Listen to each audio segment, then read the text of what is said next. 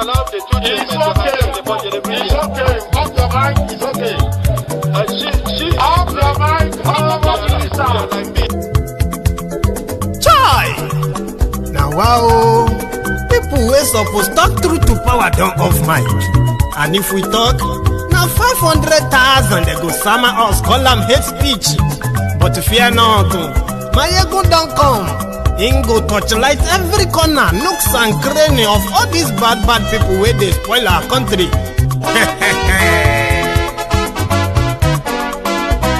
So my people make we laugh, oh, yo, yo. My ego don't come, oh, yo, yo. My people make we shout, oh, yo, yo. My ego don't come, oh, yo, yo. My ego don't come, man of the masses, oh, yo, yo. My ego don't come, oh, yo, yo. My ego diary politico, oh, yo, yo. My ego don't come, oh, yo, yo. This one not the off in mind, oh, yo, yo. My ego don't come, oh, yo, yo. Can in the touchlight every corner, oh, yo, yo. My ego don't come, oh, yo, yo. Okay, some people be they holla say they want the power. Chai, them be promise us say we go get light and power. Nah. Them hustle so they can't get the power. But now they know they do anything with the power. Sure. Every day, dollar just they get the higher power over naira. Still them talk say make we off mind. But thank God say my ego don't come. So my people make you laugh, oh, yo, yo. My ego don't come, oh, yo, yo. My people make we shout, oh, yo, yo. My ego don't come, oh, yo, yo. My ego don't come, man of the masses, oh, yo, yo. My ego don't come, oh, yo, yo. My ego diary politico, oh, yo, yo. My ego don't come, oh, yo, yo. This one not they off in mind, oh, yo, yo. My ego don't come, oh, yo, yo. Person where they do evil, no one make person talk. Them say that my yegun, that man too they talk. He too they talk. Say my yegun diary, he they hot like pepper. But every day then they take money in bulk. Woman picking, they the street they hawk. Still them talk say make we no talk. But thank God say my yegun don't come. So my people make you laugh, oh, yo, yo. My yegun don't come, oh, yo, yo. My people make you shout, oh, yo, yo.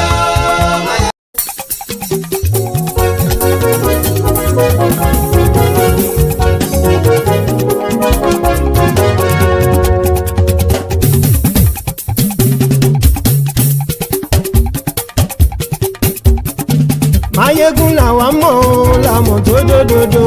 Mayegun diary na he be number one. Mayegun làwa mọ̀ la mọ̀ tó dòdòdò. Mayegun diary na he be number one. Mayegun ti dé o ọ̀rẹ́ ara ìlú. Mayegun diary na he be number one.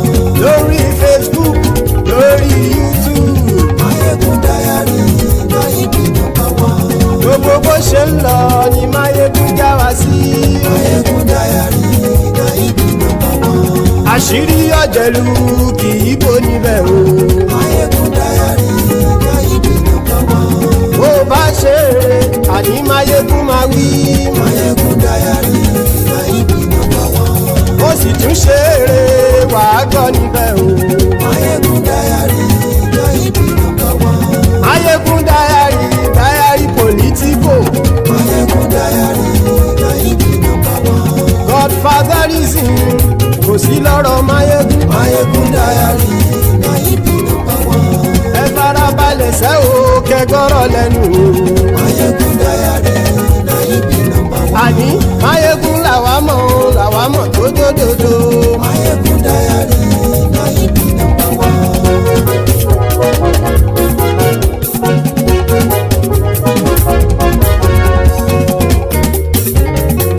Àní ẹ̀sùn rákì. Mayegun ti dé.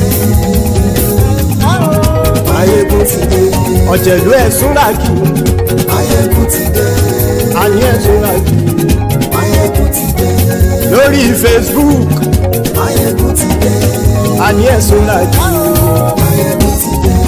Lórí YouTube. Mayegun ti dé. Àní ẹ̀sùn rákì. Mayegun ti dé. Bọ́ bàbá gbé wúrẹ́. Mayegun máa wí. Àní ẹ̀sùn rákì. Mayegun ti dé. gbádìyẹ. Máyégún máa wí. Àníyàn sọ̀rọ̀ àjò. Máyégún ti dé. Presidiot bá rúfin o. Máyégún máa wí. Àníyàn sọ̀rọ̀ àjò. Máyégún. Hello there. Good morning to you. Good afternoon to you. And good evening to you from wherever you are joining us. This is Máyégún live. Brethren, thank you so much for joining me again tonight or this hour. Please, after reading the caption of the broadcast, I'd love to remind viewers to please read the caption of the, read the description of the broadcast, then like it, okay? Like the broadcast, share it, invite your friends, invite your not so friendly friends, and just bring them to the temple and tell them that Máyégún today, what will happen after is probably not going to really be your responsibility. So you just invite them and then leave them to me. Tonight, we are doing our further expose, simplification of the actions and inactions of the rogues in charge of the contraption that is breaking apart piece by piece. As much as we have a lot of people living in denial of this, but every day, tens of stories from the system that continues to create and produce more and more victims who are victims of the actions and the inactions of those in charge of the contraption. And piece by piece, they are breaking it apart. Our own advocacy is that when this contraption will break up, we are doing our best to at least make it more peaceful, so that we can all have something in common, unite or agree on something. That is, let us peacefully go our separate ways. But we are not going to achieve that anytime soon, because of those who among us still believes that they can rescue this contraption, because to them, the problem of Nigeria is just about leadership. The moment they have a good leader or good leadership, everything will just begin to fall in place. And because of this, alleged one Nigerianist, we are always going to probably take longer than expected, but we are on it. Because day by day, at the same time, day by day, or every day, a lot of those who claim to be one Nigerianist are coming to reality of the pure, mirage that belief is. And of course, if you take a look at so many of us who are today advocating for the peaceful renegotiation of this contraption or a peaceful dissolution of the union that people didn't really put together, you will realize that so many of us who are in this camp today used to be one Nigerianist too, until we hit the reality. We stop living in denial. And at this point, if there is anything left to save from this contraption, it will be the generations yet unborn. They don't have to suffer what we suffer or what those before us actually faced.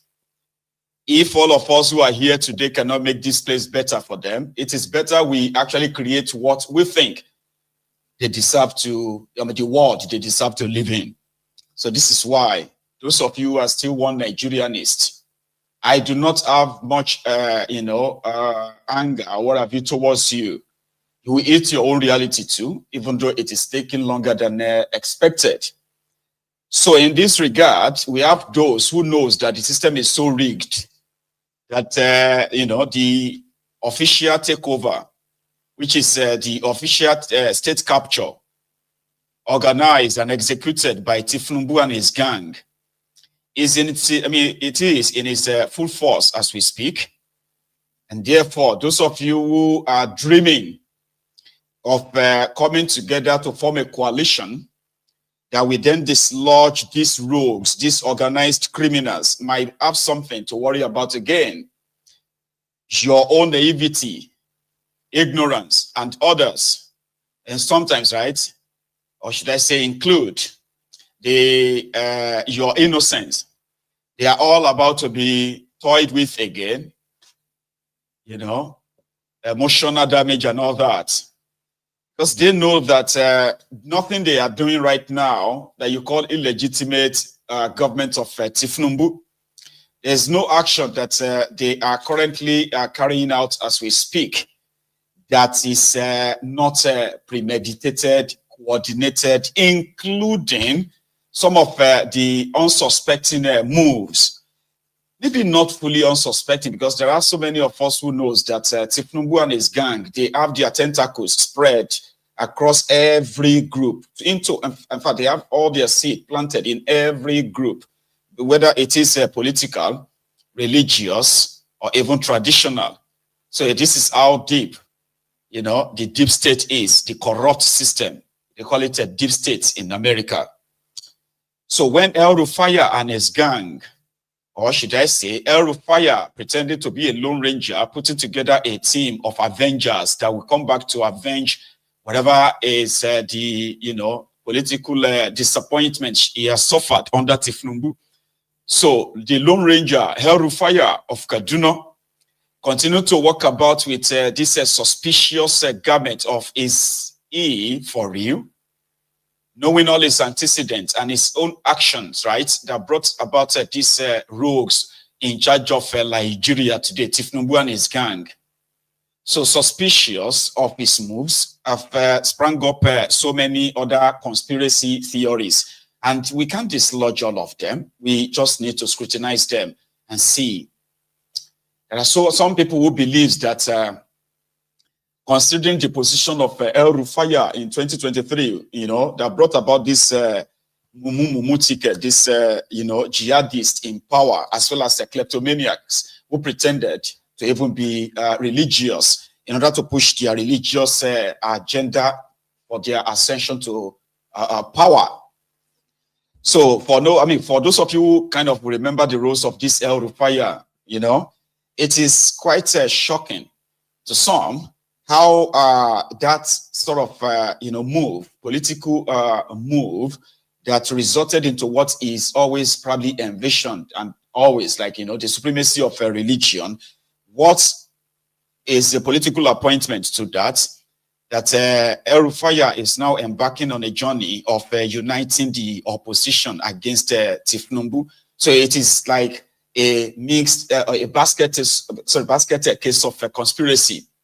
But on Mayegun's Diary Political tonight, we are going to take them one after the other, empty everything, like you know, like every thread, so that it will be easier for you as a layman to possibly decipher whatever it is that is going on. There are those who already have their conclusion, by the way, but for the Templars and the Temple of Truth on Mayegun's Diary Political, I am here to share those information with you. Now, what you make of that is totally yours. You can look at it and ignore and say, well, it's just conspiracy theory. It doesn't make any, what have you, okay? And to those who probably will understand the otherwise, it's also up to you. I have my own theory. This is not mine. However, it is a little bit, you know, insidious enough that we want to look at it. And I want to share that with you. Now, it is not new who Rufire is. But what some of you should, without ignoring the Stockholm syndrome that people kind of like suffers, right? When the Obedient movement was to be birthed, everybody should understand that the genesis of that, of Obedient movement, right, was simply because of the, you know, the disappointment, the, you know, rejection of everything that has to do with APC. Starting from the time of, you know, the killings of young people in Nigeria under Bukwari in 2020 and SARS, to other atrocities committed by the APC against the young people in Nigeria, which finally got them interested in politics than ever before, using the social media to share all information that could possibly, help their curiosity. And 2 years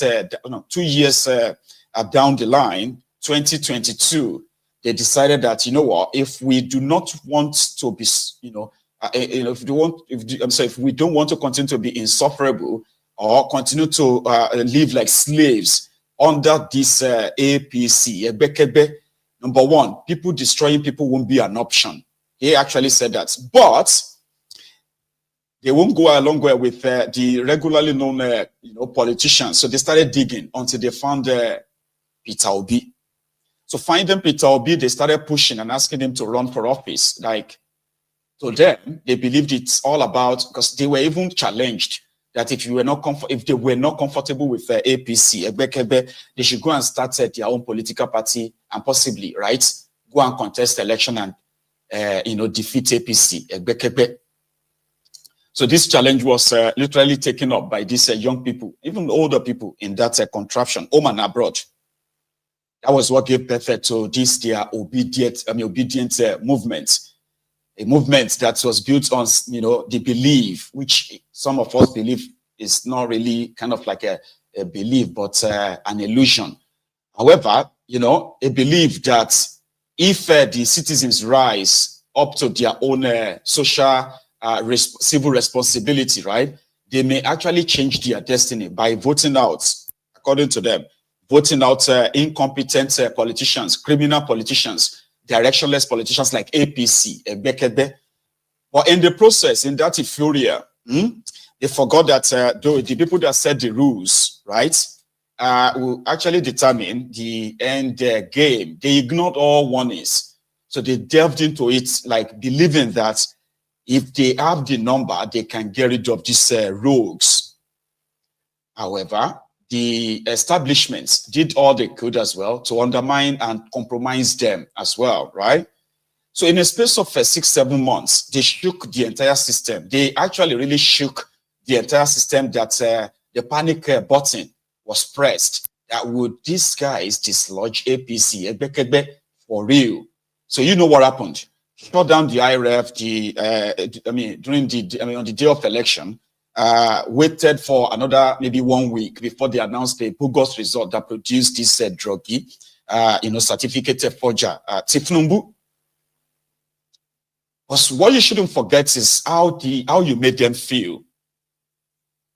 All of you, the obedient, watching me this hour, maybe 2 years is a long time for you to have forgotten what you actually did to that system and the establishment. For the first time, people destroying people, APC, they were united, they were scared of what would be if the 4 people tweeting inside the room have become like a tsunami that was about to sweep off the entire establishment, that they got so panicky that the system they bragged, they test run, they bragged about that it is uncompromisable, fell apart on the day of election, which, eventually, not only that it exposed the system to these young people, it also, the electoral system, it also exposed, right, the judicial system. It also exposed so many people that some of you held in high esteem to see that these were actually closet enemies of this contraption. They were not interested in actually getting, getting Nigeria out of the wood. They are benefiting from this rot. Even though they are pretending as well to be on the side of the people. So your movement exposed all of that to the point that they were called fascists for loving Nigeria too much, for wanting a better country that they are going to live in. The older generation ganged up, majority of them ganged up against them, called them names. They were to be hated, they were attacked. So you made them feel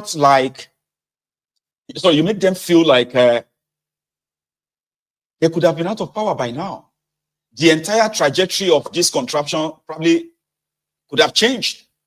It could have been a moment, because it was also the pivotal moment when all these fake 3 Kardashians from northern Nigeria, where they always have 20 million votes, 50 million votes coming from God knows where.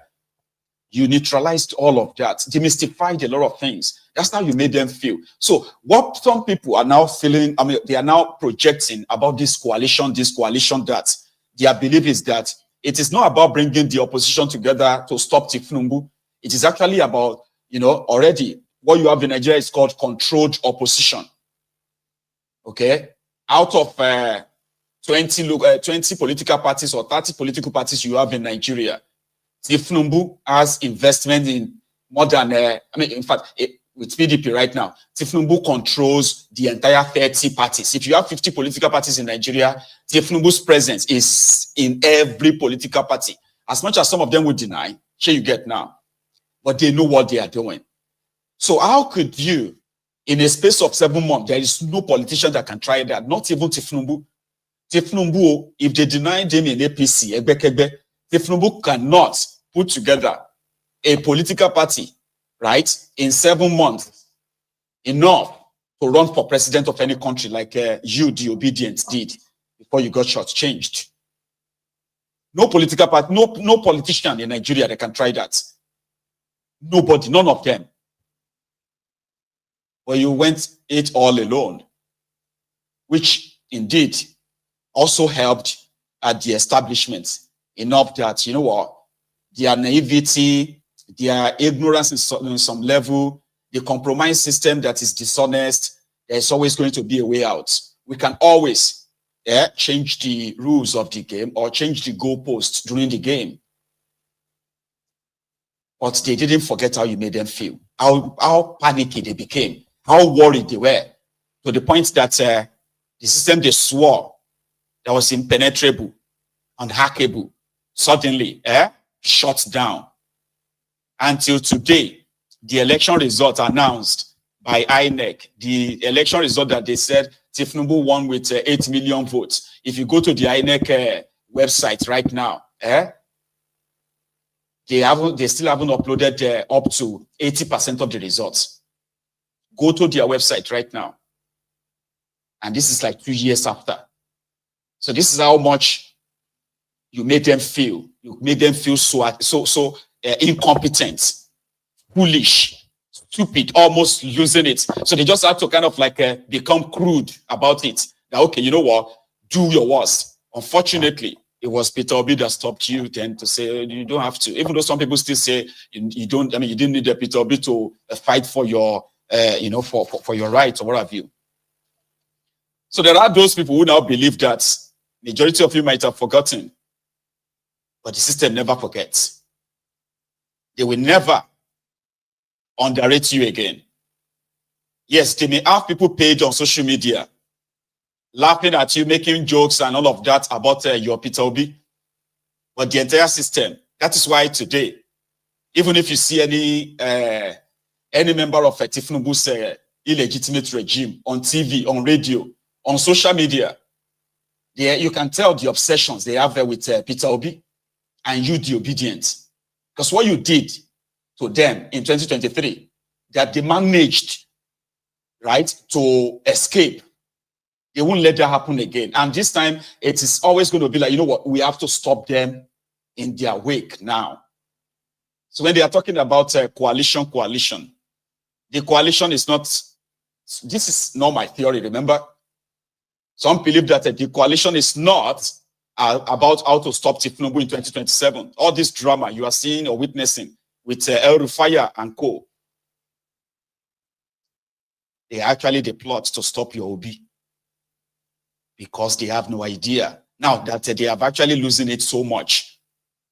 You know, if to say Nigeria is United Kingdom or other Western countries, they will tell you today what is thiefnubu's public rating. What is thiefnubu's government's public acceptance? And then you will get to see how much they have been so despised by the people, even some of their own pretentious abobakus.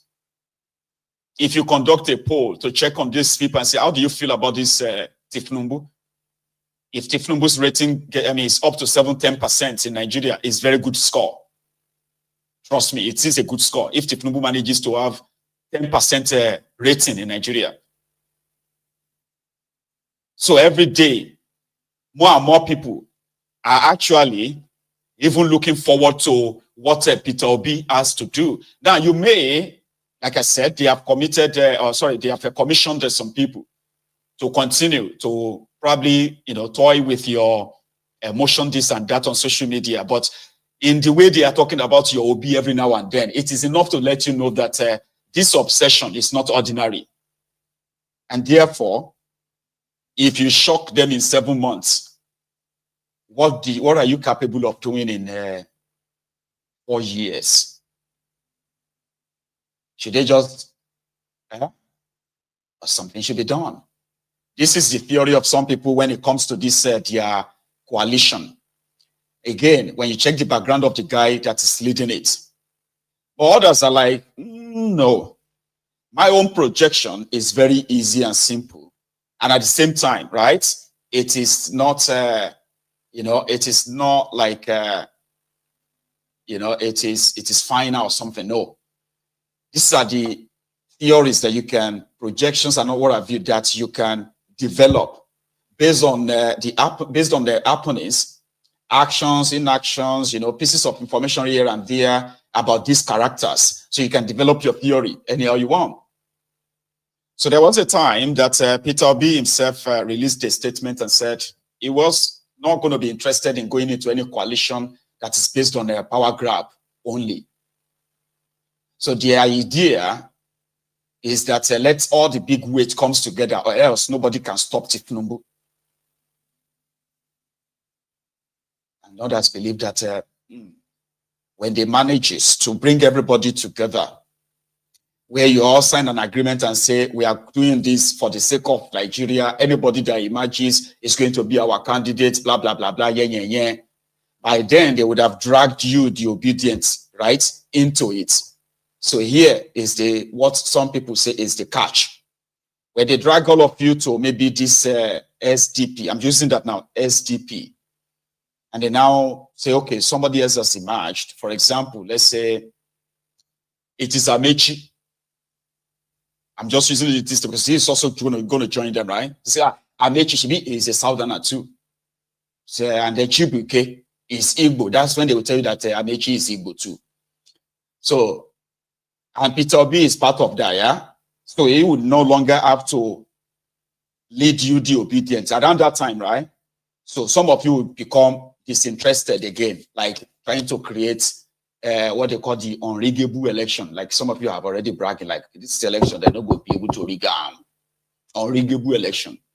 So by then, when Amechi becomes the, listen, this is like an hypothesis. So you don't have to you can develop yours based on the available information as well. Okay. So let's say Amechi, and then Peter Obi would have to support him. And some of you will be like, Ame what? For me, I'm not interested again. No. I made a go, they do their thing. I'm not interested. So by then, even if it's going to be half of you, the obedient, that they will be automatically be cut off, disinterested. That's enough. The remaining job will be done by other members of the coalition they are putting together to further sabotage any effort. And all they need is this. Once they cut out the main danger, which is your Obi, out, you see others, they are esprit de corps. They will play ball. And once they participate in the charade, that is all they need, validation. You can no longer turn around and begin to scream and say they rig you. Hey, they have rigged it to thiefnubu. No, you can't say that anymore. They will say because you are a sore loser. Others will tell you that do you expect thiefnubu to lose me? Were you expecting him to? So by the time you push it back, front, back, left, right, back and forth, back and forth, back and forth, right? Everybody is back to the square one again. And you will just realize that those that join you in the coalition, they'll begin to go and visit thiefnubu to congratulate him for the scheme. Some are even saying, good luck, Jonathan won't join them. Rule that one out. One thing you should know is that Jonathan is part of the establishment. Sure you get. The guy, from our own findings, is that the time he believed that he expected Nigerians to be on his side, they were not. This is another theory, that they were not. They believed APC, and all the lies, all the propaganda. So now that APC, is there, Egbere Jolantan, he will enjoy his retirement and he will not go into any confrontation with them. Because part of the agreement at the time with Bokwari was that since Jonathan has called in for, has congratulated Bokwari called for peace and all of that too, will not probe Egbere Jolantan. That is why you've heard a lot about Jonathan's corruption. You will never hear them invite Jonathan for any, what have you. I mean, if you have to use Bokwari's stance, the lies about Bokwari fighting corruption, you would at least have expected them to drag Jonathan, but they can't. So Jonathan, or the idea of floating Jonathan every 4 years is also part of the whole scheme and game. But for those of you who know better, Jonathan, Bokwari, thiefnubu, all of them are part of the entire system. You know, so it's not from Bible findings, it's not. Dropping his name here and there doesn't make it true. But again, if you have any further evidence, you can also share. So political parties, when Rufire left APC, he went to the SDP. And he had this to say. The crisis that 1990 is facing in the Labour Party is contrived and funded by the government of the day. Everyone knows it. Jumping from one court to another is all designed to distract the party leadership from focusing on their core functions. The same thing is happening in the PDP. Worse. Even the NNPP has been targeted for destruction. There are people that have been resourced to go and cause problems in the NNPP. The last thing I read about NNPP was that one faction of the party has expelled Kwankwaso and the sitting governor. When you see things like that, you know it's contrived crisis. Which party sacks a sitting governor? And the only governor they have. And the only governor they have. You know it's contrived. I don't have the details. I cannot mention names because I don't have. Yeah, you get. That is his modus. So what people are saying is that you see all this drama and others that will follow. They are like a scheme. As much as some will say it is because they are out of power and they cannot live out of power. But the theory of this whole thing is a long game, because to them it's always a game. But politics is not a game, my brother. Politics is not Chelsea versus Real Madrid, Barcelona versus Juventus, Nwanyang versus Yimba, Abikano Pillars versus Sunshine Stars. This is not a game. Politics is live. And that is why the criminal politicians you have left in the old system, they've turned it into more or less like a game. Meanwhile, lives are being lost. Lives have been destroyed. Businesses, families have been destroyed because of these guys. Politics is not a game. So he's right. Even the party, the SDP, that El Rufire moved to now, it is believed that it is wholly controlled by Tinubu. It is.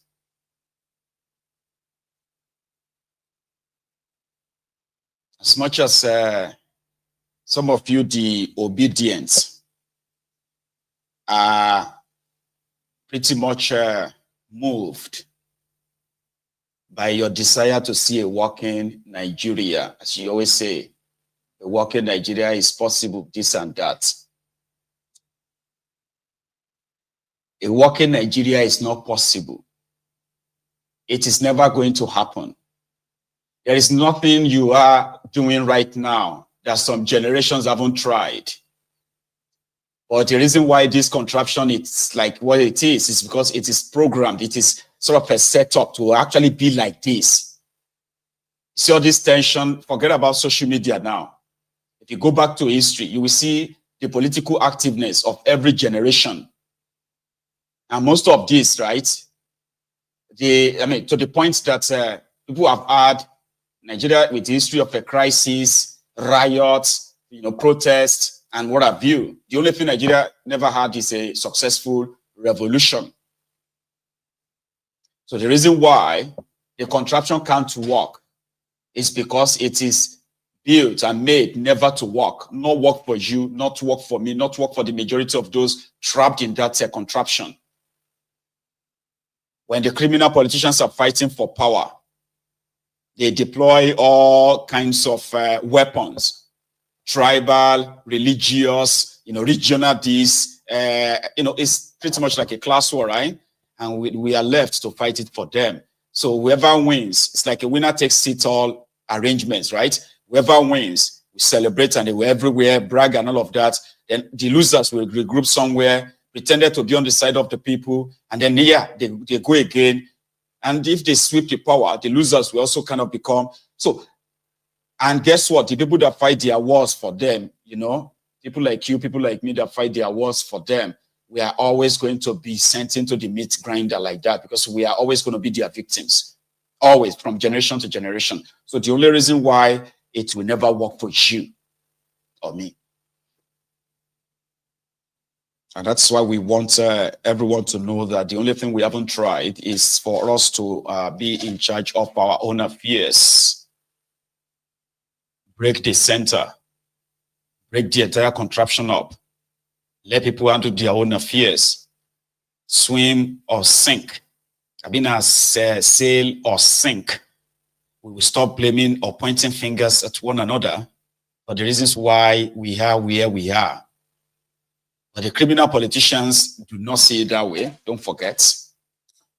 It is reported, right, that the APC, Egbekegbe in Rivers State, the factional leader called Tony Okocha, has given Fubara, Seamless Fubara, 48 hours to resign as governor of Rivers State or be impeached. And this is due to what he called the illegality and the breaking of the law by Fubara in running the state like a sole administrator, blah blah blah.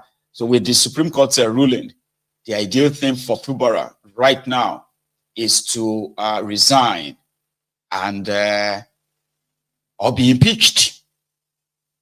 So let's go to Rivers State and meet Tony Okocha, the APC acting chairman. Yeah. The governor came out to say, okay, he has read the president's 8-point agenda, but there was not a death sentence. 2 days later, he sponsors a group called Elders, who said, you have signed off your death warrant. Have you forgotten that you are governor? Forgotten that you have red pen?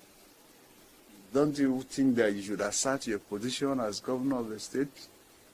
And then the other thing we heard was that Mr. President's assertions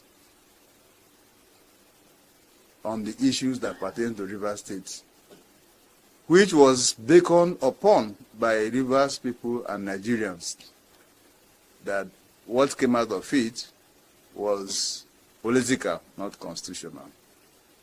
And so the governor continued to run his course. I recall we have called him many times. Mr. Governor, listen to Mr. President. Mr. President is #1 citizen of this country. And we, as APC, will not sit, or rather sit aloof and watch you disrespect Mr. President, because he is also the leader of our own political party.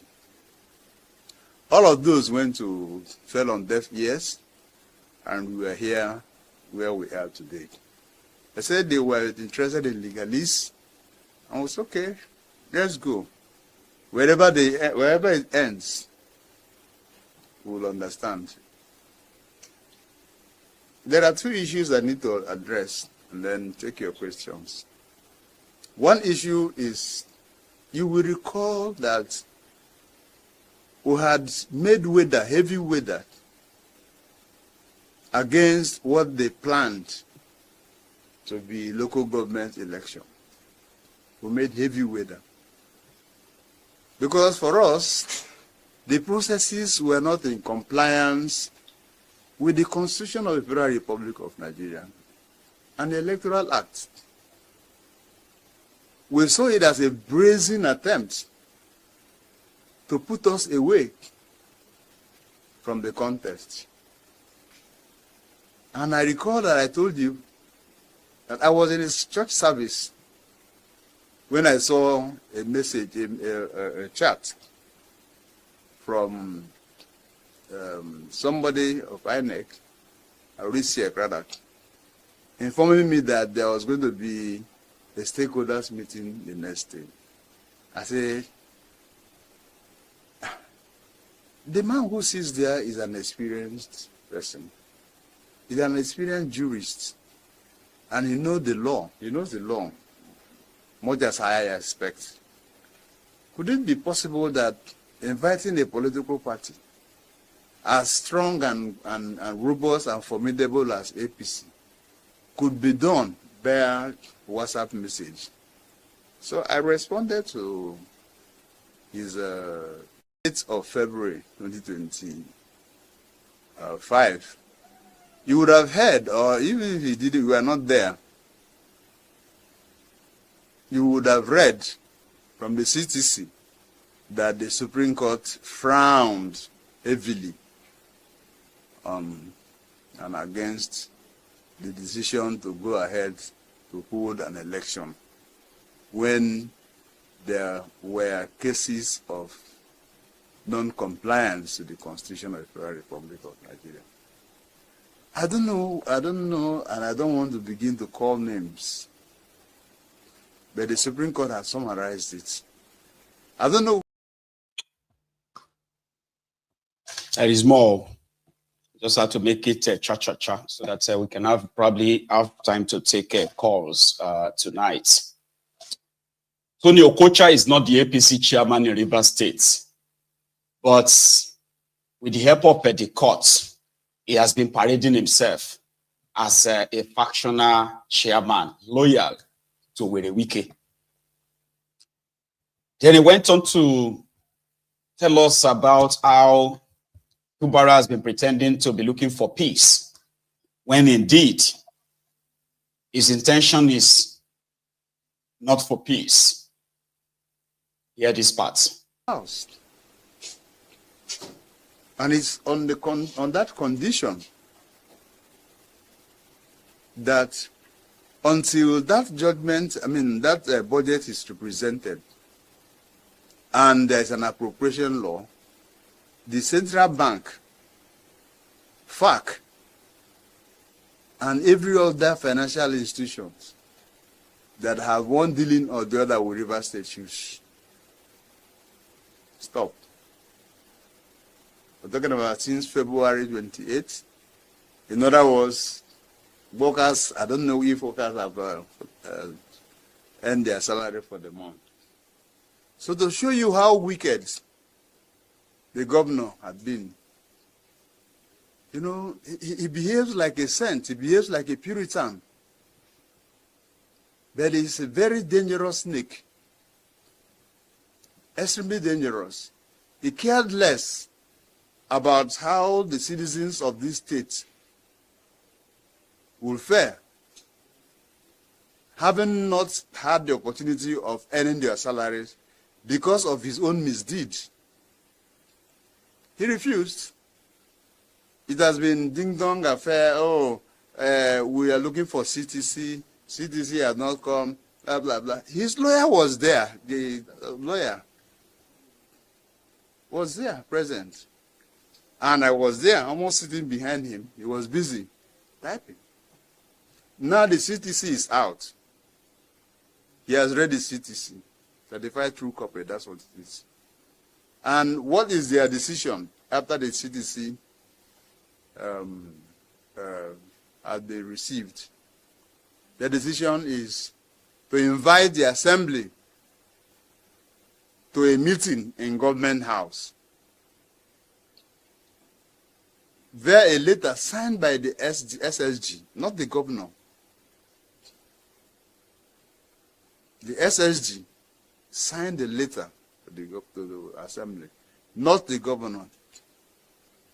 It is the number one aberration.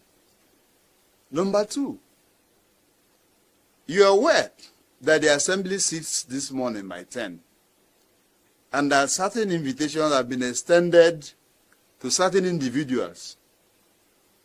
Precisely, the assembly had invited the chairman of Resign and his colleague and his members, commissioners, to appear before them today, having failed to appear before them on Friday. And assembly said, well, the chairman is somebody who served this state meritoriously and who cannot go all out, we treat him as first offender. And they gave another 48 hours, which of course expires today at 10 o'clock. I should appear or face bench warrant.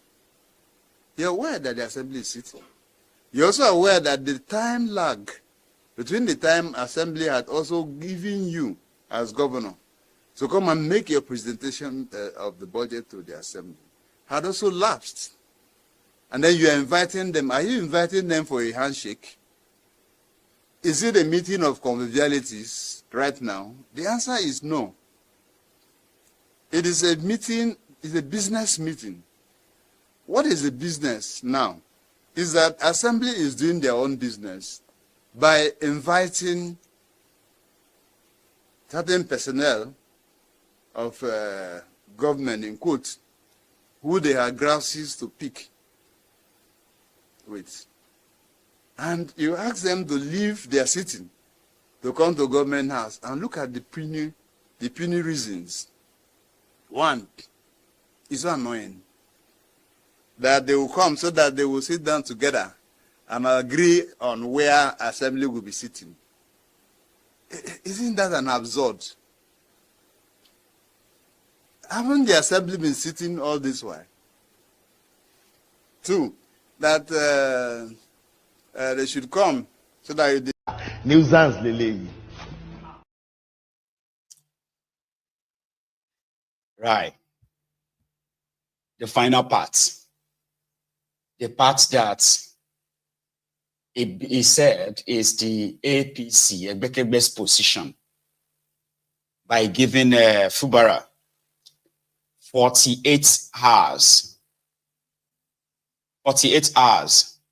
to resign or be impeached.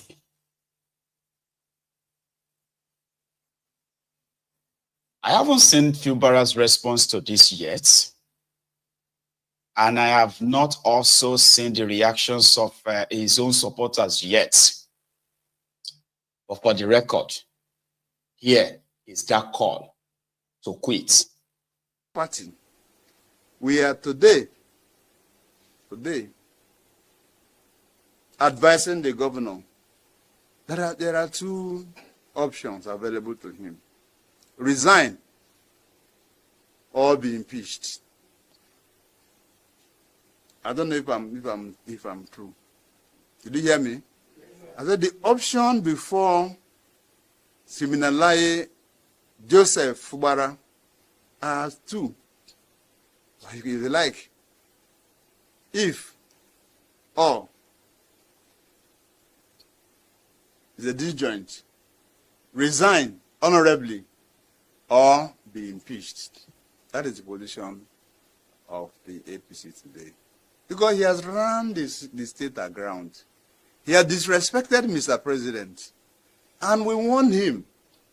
We say we will not sit here as a party to watch you insult Mr. President.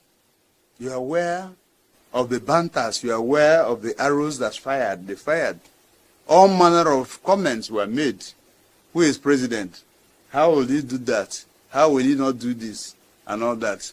And the experienced father said, okay, since you do not think that my counsel will hold, oh yeah, he said he's legalist. Now the bus stop, will have reached the bus stop. So please, party.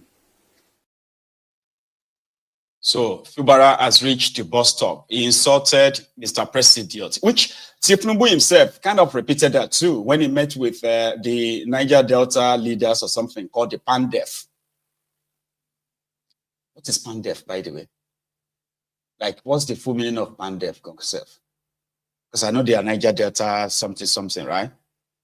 So I think it is Pan something Delta whatever. Anyway, he met with them in this, inside the asshole rock. And he was talking about this same River State crisis that he tried to settle it by telling everybody to maintain status quo. The House of Assembly members that they come to APC should stay in APC. Everybody should go and withdraw their court cases. But Fubara didn't listen to him. And that is why, right? This is happening now. Listen to Koolu earlier today. Yes, Niger Delta. It's the goose that lays the golden egg. So, it's the goose. And the ash gives the golden egg permanently. Are you being ruined? I got your signal. And I got your concern, particularly concerning River State.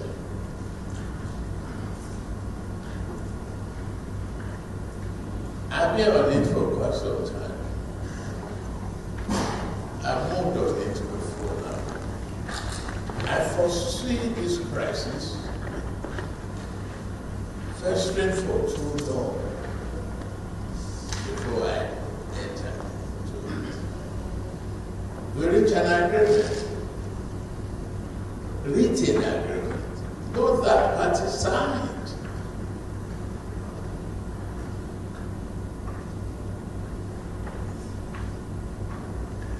Some leaders thought the governor of River State was wrong to have signed. Where do we find ourselves today? So this is a nation of rule of law.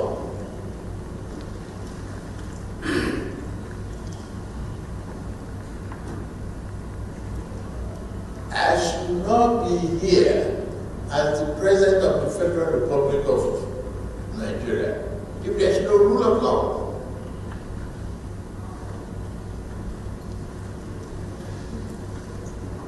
I have total confidence in our judicial expectations. Human beings can make errors.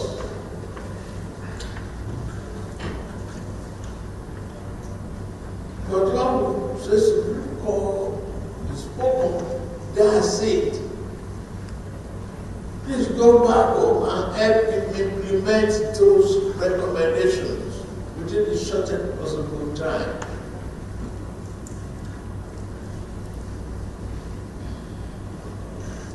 I put the ball back in your court. And him was privately, openly, and out. Intervened, counseled the governor. Only yesterday I told him again. Pursue the path of peace.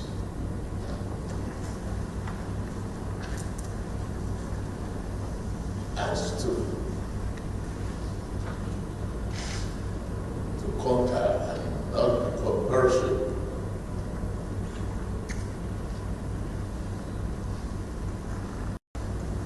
Yes, Niger Delta. Since when I born, you never seen this kind of abuse before. Tinubu, I must abuse you. Tinubu, number one, Oguokiyapa. Tinubu, number two, Oguokiyama. Tinubu, number three, Oguokiya your children. Tinubu, number four, Ogugo bury all your family. Tinubu is a god to you. Ogotio, Turubu is a gotio, and Wausa. Ankyo Briggs, one of the acclaimed leaders of Niger Delta, had this to say. Well, he had Koolu talking about rule of law. Rule of law. Because of rule of law, you will not be here. You know, Koolu. Ankyo Briggs on the judiciary. Definitely. I wouldn't say it's the beginning of a fight for the soul of River State. We've been fighting for the soul of River State since October 2023. We are not aware, because we've not heard from either Governor Similaye Fubara and the Federal Capital Territory Minister as to exactly what the issues were about or is about that led to the threat of impeachment and attack on the governor in 2023, October 2023, barely 5 months into the government of Similaye Fubara. We have seen a lot. Rivers people have endured a lot since that day in October till today. We know very well, going by the judgments and counter-judgments and court cases and delivering of judgment that seems completely off the wall. When, for instance, this last judgment that led to where the governor is inviting the I call them lawmakers, because if you go by the law of other people's cases of exactly similar instances, then the lawmakers, as they defected to APC, they now claim that they didn't. But I am aware that even your station have clips, because your station reported on the day that they swore, they stood on their floor and read a letter to themselves, which was calling on them to defect to APC. And then we also saw on television where they were received by dignitaries and members, high-ranking members of the APC in River State, Port Harcourt, live. It was a live program where they were welcomed into the APC by the people that came in from Abuja to welcome them. The federal government president, the government of the Federal Republic of Nigeria, had also referred to them in the past, in the meeting that was the first meeting he had with them on these issues, as his children. So he can only refer to people as his children in political matters when they are actually from his party in the point of where these people have defected. They are no longer, according to the law, lawmakers of the people of River State that they have abandoned. Now, if they don't agree to that, we should wait for a judgment on the court to come back to the cases about whether they had actually defected or that they had not defected. But it would be very surprising, because they have sworn an affidavit as well, which is on record, that they have defected to the APC party. Now, if the judgment that was given on Friday, last Friday, 2 Fridays ago, had said that the governor of River State should do this and should do that, and the governor is saying that he will do those things, and the first thing he would do is wait to see what the judgment says, which he did, and based on that, he had decided to invite them. And they are refusing to attend this meeting with the governor. I've heard so many things, and I've watched so many of them make reference to how disrespectful it is for the governor to invite them.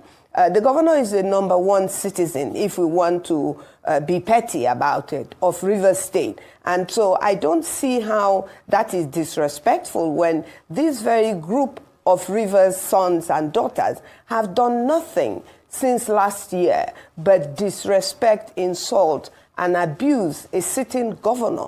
Something that the past governor of Rivers State would never have tolerated as a governor of Rivers State. And we also must be reminded that the past governor of Rivers State is known to have presented a budget to 6 members of the assembly when he was governor. So it baffles the people of Rivers State why some Rivers sons and daughters are determined to hurt Rivers people. And the judiciary now has become part of the problem of Rivers State by the judgment they give. And the federal government seem to be taking sides in the case of Rivers State, to the extent that when Rivers people and maybe Niger Delta people as a whole get to raise the issues of their concerns in anything to do with Niger Delta, they are seen as troublemakers. They are seen as threat makers. That is most unfair, because the politics of Niger Delta is very different from any other regional politics or zonal politics in Rivers State, in the South. And then the politics of Rivers State is a very complex politics. It is a politics of upland and riverine dichotomy. We cannot and we will not run away from these issues as a people. But in all of this, nobody outside of Rivers State has actually taken their time to ask the market women, the students, the civil servants that will suffer, and the whole of Rivers people that will suffer from this judgment that the judge has given, which has nothing to do. We're baffled how they brought the defected lawmakers into the issue that did not concern them whatsoever. It was about the local government election. It had nothing to do with the people who had defected. There is a case pending in Rivers State which has not concluded. So we can't discuss them if their case is still pending and they have no claims. The claims they are making are null and void until that case. I know. It is a lawless place. So my viewers, right, let me give you a bit of an explanation of what she's saying, all right? Just a bit of backstory. With a wiki, when he was governor, he was an emperor that handpicked everyone that currently occupies political, elective, selective position in Rivers State, with the promise that he was going to get 30% return from the state's allocation, either from Abuja or wherever. Then the guy who handpicked as governor, Fubara, reneged on this agreement, which created this whole problem. So this guy that reneged holds the key to the chunkest part of the Rivers State money. In part, is the one who holds the key to all the resources of the states as governor. He has to go. He has disobeyed the Godfather. Now, in the process of trying to get rid of him, these guys also made the mistake of their own. Part of the mistake they made was to decamp when there was no reason to in the first place. They were in the majority. They could have still stayed back without any, but they jumped. Then they realized that, we shouldn't have. But because Wirewike belongs to the bench, is a member of the benchers in Nigeria. It belongs to the judiciary. So as they run Fubara streets. So when they went to court, in part of their cases, right, they went to court and said the court should stop Fubara from declaring their seats vacant for decamping. That case is still in court. There's another court case that says, so we've declared your seat vacant already, which means except the court says otherwise, that case is also still in court, State House of Assembly. Then he has the same similar problem with the Werewike supporters who were the local government administrators. When their term ended, the House of Assembly lawyer to Werewike decided to extend this time illegally. But the lawmakers, they said, well, it is legal. However, Fubara disagrees. Still sent them away and got his own guys elected in his own organized election. So those ones now went to court. So they have about 3-4 cases in court. Out of these 3-4 cases, one of them is that are these guys still members of the Rivers State House of Assembly or not? Court is yet to determine that. But in the case of the local government election, that case as well is still in court. But there is another one, which is the guys who are no longer House of Assembly members, whose seats have been declared vacant, but they are in court, waiting for the court to determine if they are still members or not. They now insisted another case. That was that they believe that until the court determines that they are not House of Assembly members, they are still House of Assembly members until then. And by so doing, since Fubara won't do business with them, they now went to court and said the court should stop the allocation to River State. Federal allocation to River State, local government allocation, state allocations, all this money must be stopped. Because to them, Fubara has refused to present the state budget to them. Now, that case, they lost at the appeal. They won at the initial stage. Fubara went on appeal. Appeal ruled that, these guys have no power. Federal government of Nigeria has no power to withhold allocation to any state in Nigeria. So then they headed to the Supreme Court. At the Supreme Court, the judges there, the Supreme Court criminal judges there, right? They now ruled. That is where Kekere Agbaole, that is where she rules, all right? So when they got to when the Supreme Court was to deliver its own judgment on should the local government allocation, state allocation of River State be withheld by thiefnubu, or it should be paid to them. The Supreme Court came and then they ruled that, one, the local government election they conducted is null and void. There is no case before them about local government election. The House of Assembly members that Fubara has failed to present a budget to, he has violated the law, this, and that, because you see, this House of Assembly, they are authentic. They have not decamped anything. In the face of the law, they have not decamped to anywhere. They are the authentic members of the River State House of Assembly. So the Supreme Court gave like 3-in-1 judgments in favor of Werewike's men who brought in just one case. So you see the case of whether the one that is still on appeal right now, whether they are still members of House of Assembly or not, Supreme Court don't rule on top and now say they are still members. So even if appeal court says they are not members of the House of Assembly, confusion will continue to break the bones.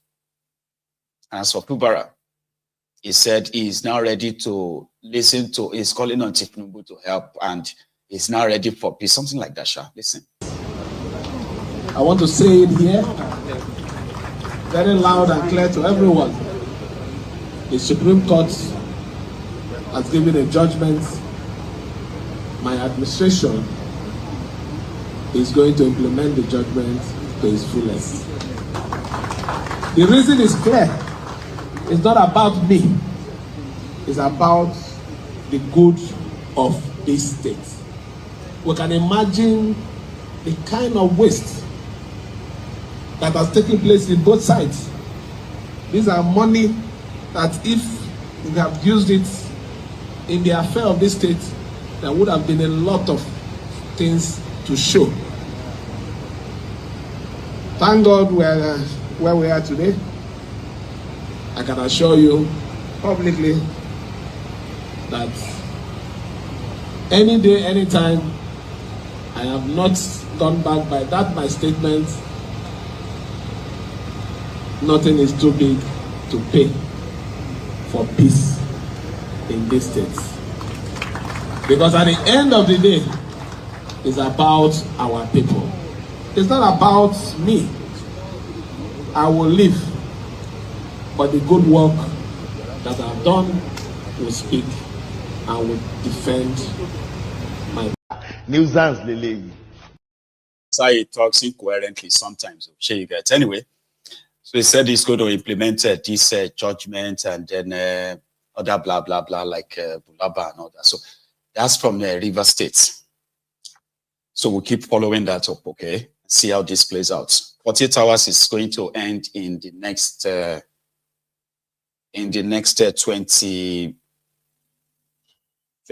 hours, less than 27 hours. You get? So by this time tomorrow, we should see if they are going to launch impeachment proceeding against Fubara.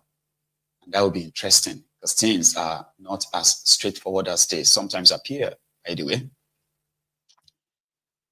But let's go to New York.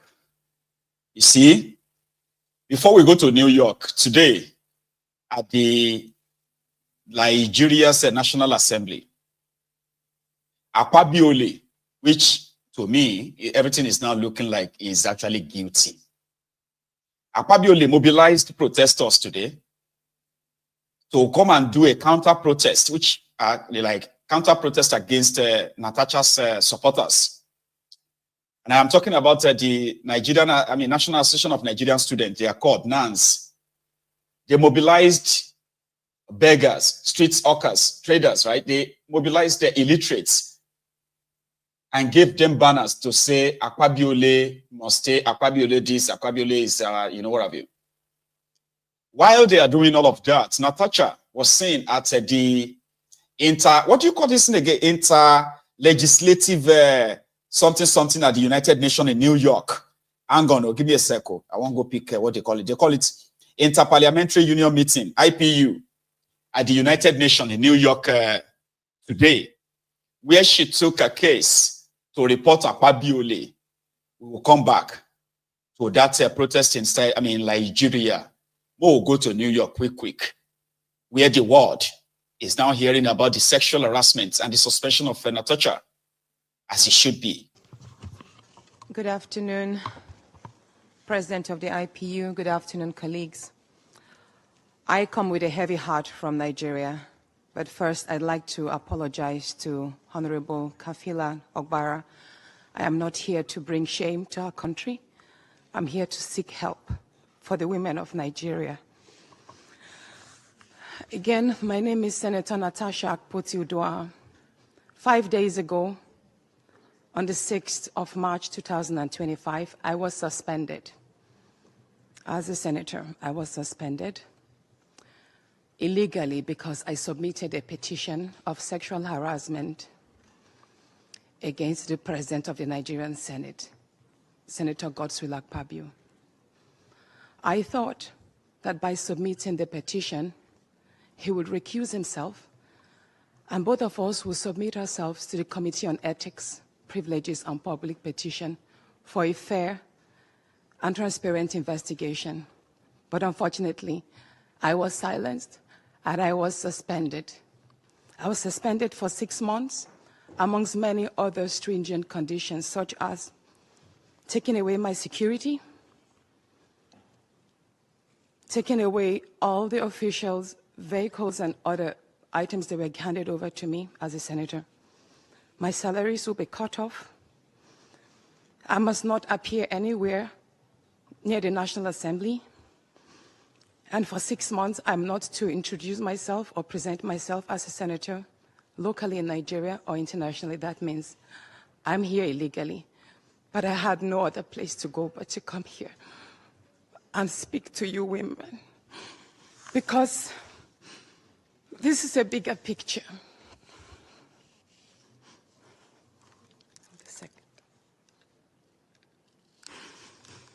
This is a bigger picture. It depicts the crisis of women political representation.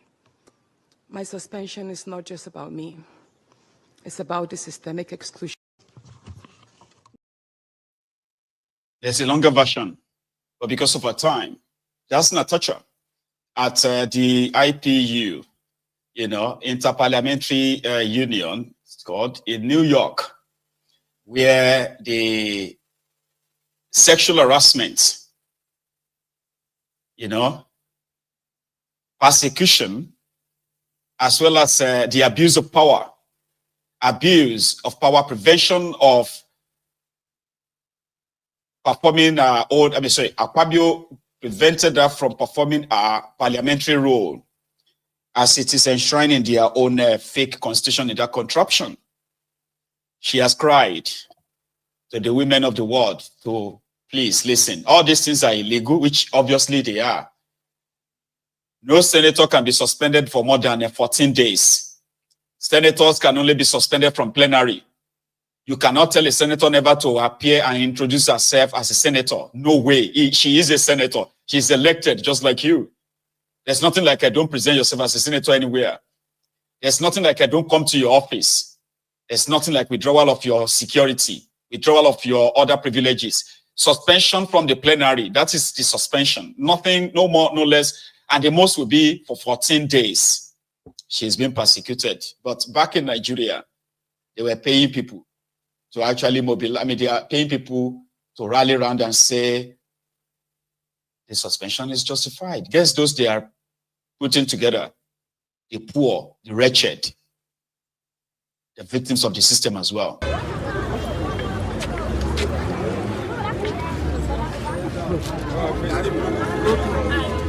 Raise your banner, ready to go.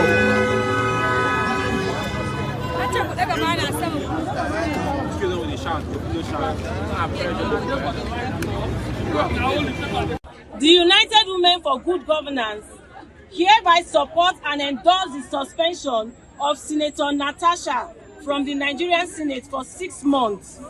This will serve as a deterrent to all Nigerians who believe that blackmail is an instrument of war. Let it be known that this negative way of forcing people, mostly the men in authority, by women to get what they want through blackmail has become an old fashion. Focus on the issues that will develop the country instead of personal issues that will distract the Nigeria country as a state. We are hereby welcome everyone to this history-making press release, and we also call on everybody to see how to stay stick, to support and to pray for the 10th Assembly on how they will make progress instead of distracting them. Now that we have too much important issues that need to be addressed. Aluta continua. Victoria. Your full name. Your full name. My name is Jeremiah Friday Ohoma, aka Apple Water, the Financial Secretary of the National Association of Nigeria Student NAS, and I'm speaking on behalf of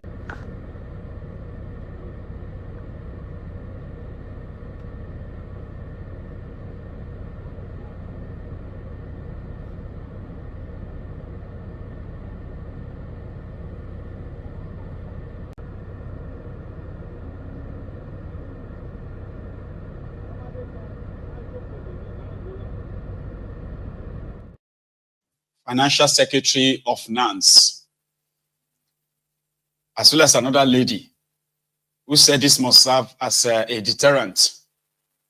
The saddest part of it all is that they had this large crowd were hired by Akpabio to say they hang around the National Assembly. If they see anybody coming in with Natasha this, Natasha that, they will spring them to action. But unfortunately, they did not even pay them. Come on, man.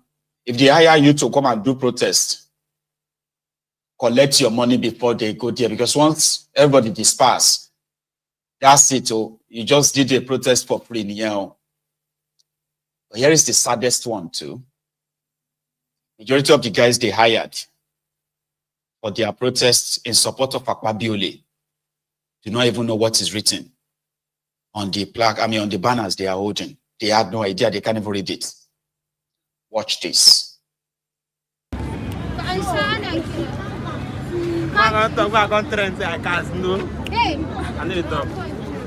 You're holding a poster about the petition. Did you read it? No. Hold it. The poster.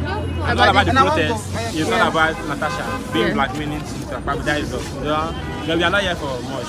No, but you know what the poster, this one says? My woman, not today, man, and woman, they toast their same.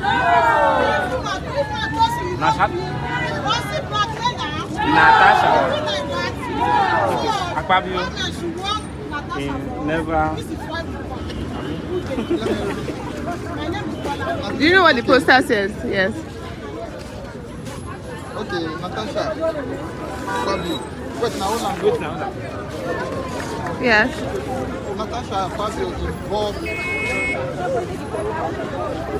2020. Also blackmail present husband by waiting the petition against him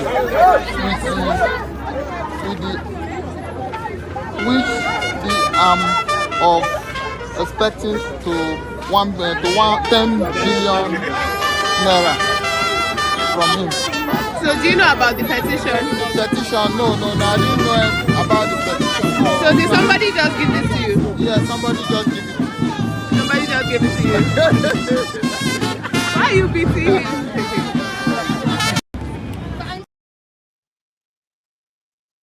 him? Natasha Akpabio, never 2020, waiting for, God damn it, man. And the same people will say, and the same voters card where you get, now in then get to. And the same people will now want go vote for a better country be that too. They are in their millions, in their millions. Think about that. And the same people where they understand the implication of bad governance. You get voters card, Abi, the poverty validation card, PVC. Those ways also have their own PVC too. Now the people will now want follow vote for better country with that. See them, better country. They nearly lynched this lady, right, who organized a protest in support of Natasha to the National Assembly. So when they didn't pay those people, they had to kind of go there and give them some food and water. Do you understand that? The anti-Akpabiole, as well as the pro-Akpabiole. So the pro-Akpabiole became violent because to them, Natasha is blackmailing Akpabiole. So when they finished all of that, apart from the fact that they can barely read what is written on their banner, right? They abandoned them there. No food, no money, until the anti-Akpabiole brought water and biscuits. You can see, right, live at the protest, you can see all that is happening. How many people, look at them, all these people were mobilized by Akpabio's people for Akpabio's support. Like even before we could come, I've met thugs everywhere and we're under even serious attack. Even if you go to the other side, there's so much people there, all thugs from this apparel. Akpabio has mobilized before we could even get there. Yes, my sister, what do you think? He is guilty, isn't he? Yeah, because Akpabiole is like, you are not going to defeat me in the game of protesters. So you have told me I'll be mobilizing others too. It'll be the same Akpabiole. Nobody makes any payment in NDDC without God's will Akpabio's approval. When we first came to NDDC, on the day of going for the inauguration, he told me in the car that, Madam MD, if you don't do what I say, the same pen with which I used to sign your letter, it will be the same pen that I will use to remove you. He said the first thing I should do when I get to Port Harcourt is to change the dollars in the NDDC account. I was scared to do that. After that, he came to Port Harcourt 2 days after the inauguration. He said the first thing I should do is to make sure I change the dollars. I should remove Mr. Kaltungo from being legal and send him on compulsory retirement, that we cannot have a northerner be the head of the legal team, of the legal unit. He said I should remove all the other directors that refused to take his instruction during the time of Mrs. Agwagaga. That was the predecessor before I came. So he came also with a draft, which I've submitted, with a draft letter that I should write and put it on my letterhead, implicating Senator Mwobushi for collecting contracts in NDDC. I told him that I will not, I'm a lawyer, and that whoever alleges must prove. The fact that Senator Mwobushi is giving us trouble as IMC, you remember also that they did not recognize the IMC. I said I will not do that letter. He said I was ungrateful and I refused to do the letter. Dr. Cairo now said that he will do the letter. If Akpabio tells him to kill, he will kill before he asks, why did he kill? I said, for me, I will not do the letter. At that place, there was Mr. Etiebet, who was the only staff of the NDDC that was present at that meeting. When he finished, he now asked Dr. Cairo to go and send for the letter-headed paper from the office. They now sent for the letter-headed paper. Dr. Cairo now did the letter, which I've also submitted to the committee, alleging that Senator Mwobushi had contracts. Then he said, I must sign the cover letter. I said, if I sign any document from me seen by Mr. President, he will believe every line of it. So I will only write that the EDP, who should know about projects, has gone. The next thing that he told me, he said, I must make sure that all these people leave and that the procurement, because apparently Akpabio, before I came, when himself and Festus Keyamo were ministers, their first meeting at the commission, he was awarded 30 contracts for distilting and water hyacinth. Mr. Linus, who was the director finance, refused to sign because it did not follow due process.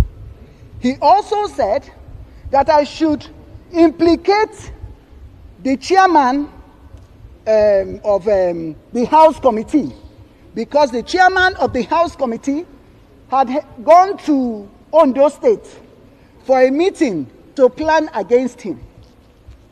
Water hyacinth and distilting.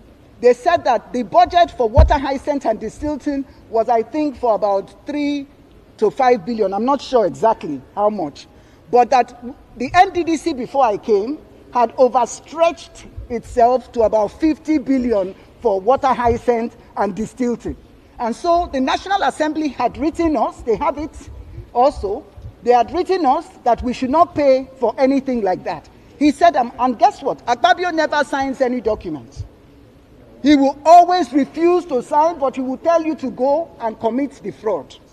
For instance, he told me to go and raise a memo and give an emergency contract for flood victims. He wanted me to take an oath. He has denied that, but I want to say today, he told me up to 3 times until we had a reconciliation meeting at the villa in the house of Mr. Sadiki Abba, who is the SA to the president on domestics. In that meeting was Alhaji Mekano.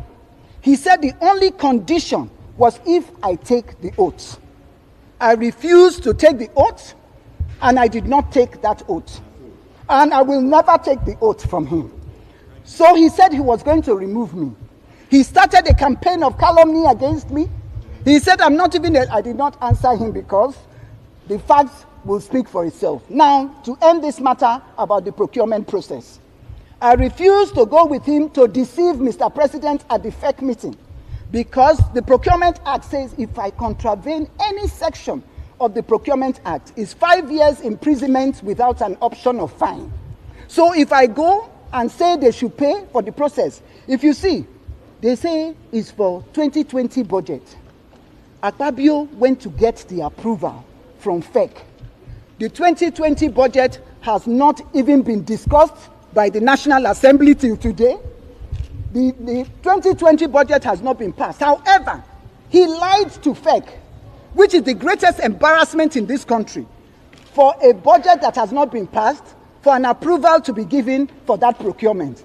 I refused to go because he wanted me to send the money for the procurement to the ministry to implement the forensic audit.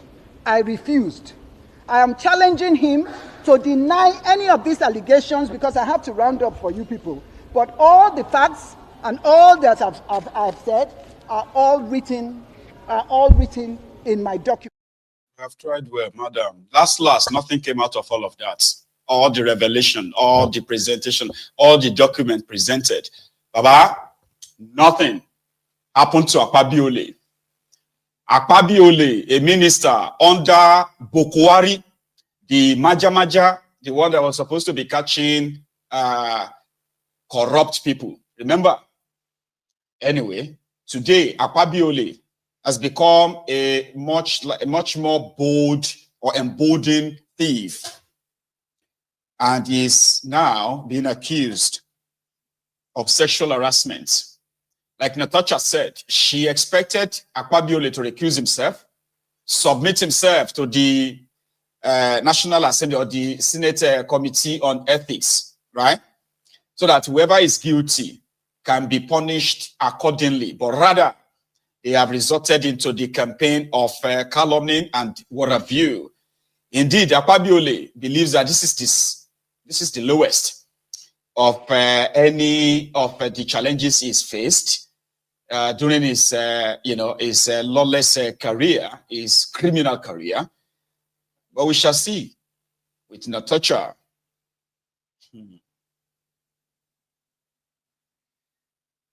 Tinubu met with state governors last night, where even a seamless Fubara was there too.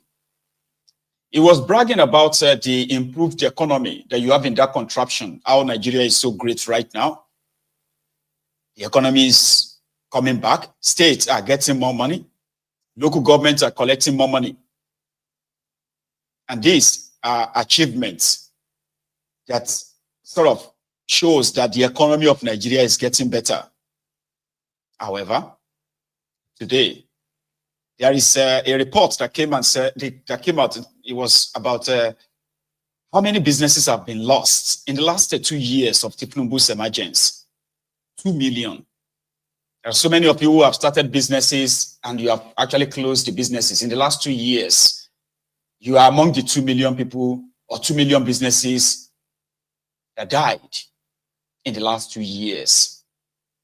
I mean, it's not far-fetched if you can look around yourself and see the level of unemployment, the poverty. This will show you that the economy is not improving, of course. Businesses are struggling, still struggling, while others who can't really survive it, they tried, but they are dead. So, Wale Idun was on a program where Rotus of the same Arise News was having a chat with him about the state of the economy. Listen, this is one of the most lying old hag as well that you can come across. You know, it's also the most incompetent and one of the most corrupt individual that you can ever trust. His name is Wale Idun. He's also very much incoherent as well, where you can't pinpoint what he's saying. Maybe you can, but I can't. Put it together. Our ambition is to, as soon as possible, get to about 7% per annum GDP growth, because it is at that level that you begin to really lift people out of poverty. Let me just say that we expect stronger revenue growth, higher oil production, as you have seen in the budget estimates, and continued savings from the non-spending on subsidy, but more importantly, we expect that there will be greater ease of doing business. And this is all to support the private sector. Because as we have even heard earlier today, it is the private sector that has the money. It is not government budget that will fund, for example, the infrastructure deficit, which requires $100 billion investment per annum. So the plan and the commitment of Mr. President and his policy is to crowd in the private sector. And let me just give us some examples of success in that area. I've just talked about infrastructure.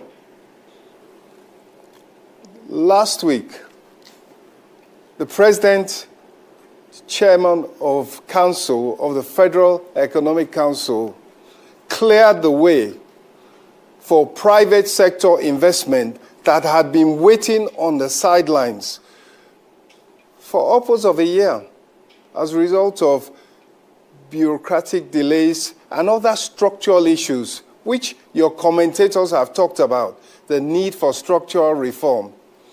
So the way was cleared for the private sector to construct Benin-Asaba Highway, Lagos-Abeokuta Road, and so many others on a private-public partnership. So in sum, we are looking at 5,000 kilometers of road, which investors that have gathered long-term finance, much of it from Nigeria, in order to build these roads, concession them, toll them, improve the travel time by 75%. So you reduce the travel time, for example, on Benin-Asaba from 4 hours to 1 hour. That is the kind of increased productivity that the economy leads. So the investment climate is being improved and has been improved. Oil and gas, agriculture, as you heard earlier today, healthcare, housing. And let us not forget the fact for about the first time in 40 years, we now have domestic refining of crude petroleum with a line of sight on 1.2 million barrels per day worth of processing capacity. Of course, led by Alhaji Aliko Dangote, 650,000 barrel per day refining and petrochemical company. So as a result of these investments by the private sector, which every effort is being made to encourage, we expect productivity growth, growth of the economy, creation of employment, and reduction of poverty. And of course, when the private sector grows and thrives, that creates revenue for government, tax revenue and other revenues which go to help with, as we had said earlier, the fiscal deficit. But just to say a word or two about government borrowing. Initially, the budget proposal had 80% domestic funding, 20% foreign funding to fund the deficit. The current budget has 40% domestic funding, 40% domestic, 40% foreign, and other 20% from other sources. What that means is that there is room being created for the private sector. As opposed to crowding out private sector investment, room is being created for them to be able to access the markets in addition to their equity to invest. Let me also touch what I think is an important aspect of Mr. President's philosophy of committing to private sector-led growth for this economy. The Nigerian Railway Corporation recently commissioned to a private company the Lagos-Ibadan rail track, time on that track to move their goods. It's another important example of increased productivity, making room for the private sector to come in and invest. So let me... Nuisance, Lele. You know, those things sounds good, right? Like when you hear things like that, apart from the fact that they are just word salads, right? They sound good. Like, didn't they? That's the most you can get from it. Sounding good. But everything he just said there is a lie. Everything. I'm serious. And it's such a shame that they have a country where majority of their citizens, who are actually direct victims of all this nonsense, have no patience of scrutinizing what they are saying. They are so lucky. Everything he said. He said they need $100 billion investments yearly. Since Tinubu came into power, apart from the bogus announcement of $14 billion investment from India. Remember that time he went to India? And then another pledged $40-something billion investment from the United Nations. All lies. Tinubu has only been able to directly attracted $30 million under 2 years. But what this guy is calling investors in his nonsense interview there, they are the kind of partnership they are making. And what is that partnership? Not partnership of building 100,000 megawatts of electricity to improve electricity, so that you can indeed say you are looking forward to having an economy that is going to be growing, an economy with a 7% growth GDP. There's nothing to grow in Nigeria by these criminals. No real investments in your power sector. None. But their investors are mostly people who bring in soft funds, government bonds. It's been borrowing after borrowing. Tinubu has borrowed over $60 billion in 2 years. Over $60 billion. Where is the money? Locally and internationally. When he said that the budget of Tinubu will be funded locally through local, borrowing, he's referring to the minting machine, the Central Bank of Nigeria, where they are printing money, like they are printing posters for campaign. Right now, there is no real investment. But when you see the loans they have taken through bond, soft loan, long-term loans, with ridiculous interest and conditions, most of it that contributed to the floating of Naira, the valuation of Nigerian Naira, an increase in the hyperinflation you are suffering right now. There is nothing going on electricity, which is the main driver of an economy that is comatose like yours. Could have been the main driver for the economy like yours. No electricity. National grid collapsing, epileptic like what we call the Warapa.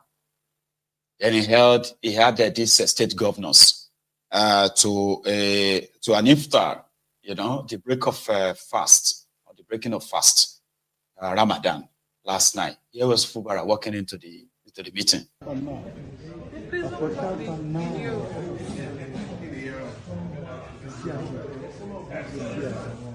Everybody and other people are not doing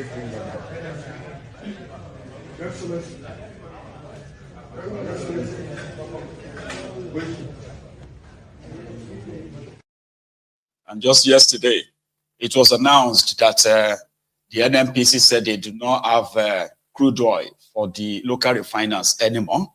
So everybody should go and sort for their own crude oil, including Dangote. Dangote has no 650,000 megawatt. I'm sorry, 650,000 barrel a day refinery.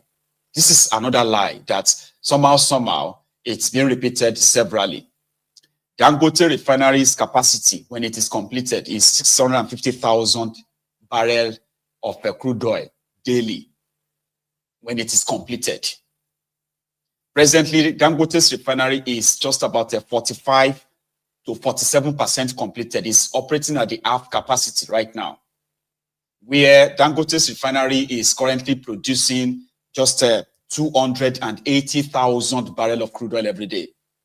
And this crude oil is not, 90% of it is not from Nigeria, from the United States of America. Remember when Nigeria used to export a crude oil to the US? Now Nigeria imports crude oil from the US due to the corruption of this NNPC. So NNPC said they have no crude oil to give anymore. Most of their crude oil has been used for, they sold them for the future, for the money they took, and now they are just using their future oil prospect to settle this debt. When they felt like that didn't sound great, right? Let's go tell everybody again and say, no. What we meant was that a contract we signed with the local refiners under Bukwari, it is going to expire at the end of this month, and we have to sign another one. The truth of the matter is this: Dangote has been importing his crude oil from the United States of America for months now. It's been like that before the whole drama of last year. And today, that is the main source of Dangote. Imagine America is so close to Lagos than Bayelsa or Port Harcourt, Rivers, to Lagos, where Dangote refinery is. So when he met with the governors, Ulaba had this to say. Chair of Nigerian Governors Forum, the entire community here present. It is a great joy, giving thanks to God Almighty, that we are here again this year. Share the breaking of bread and little that we have together. I thank all of you for responding to the invitation.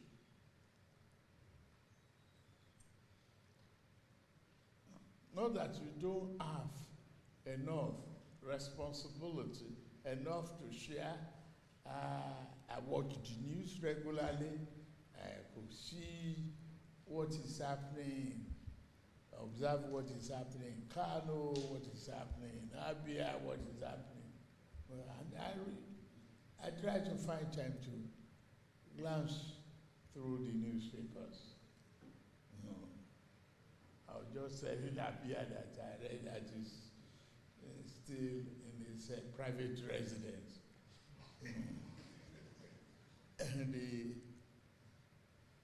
austerity is not as bad. I know you are there to fulfill the promise, and you're my very good friend, a Lagos boy too. So I hope you enjoyed the evening. I've heard you mentioning the situation around the country. Usually, this is Ramadan period when prices and speculators dwell on commodities and food prices will go up. But we thank God that things are getting calmer, better. And it means we work collectively hard to turn around. Those who are in the cabinet with me, remember what thing I said for the first Federal Executive Council, that here we are, with an attempt to fetch water from a dry well.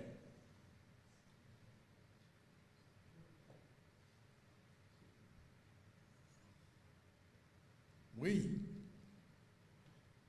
are working hard to make sure that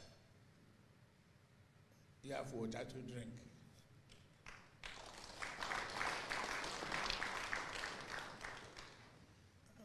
We make sure that we can only spend the money but not the people.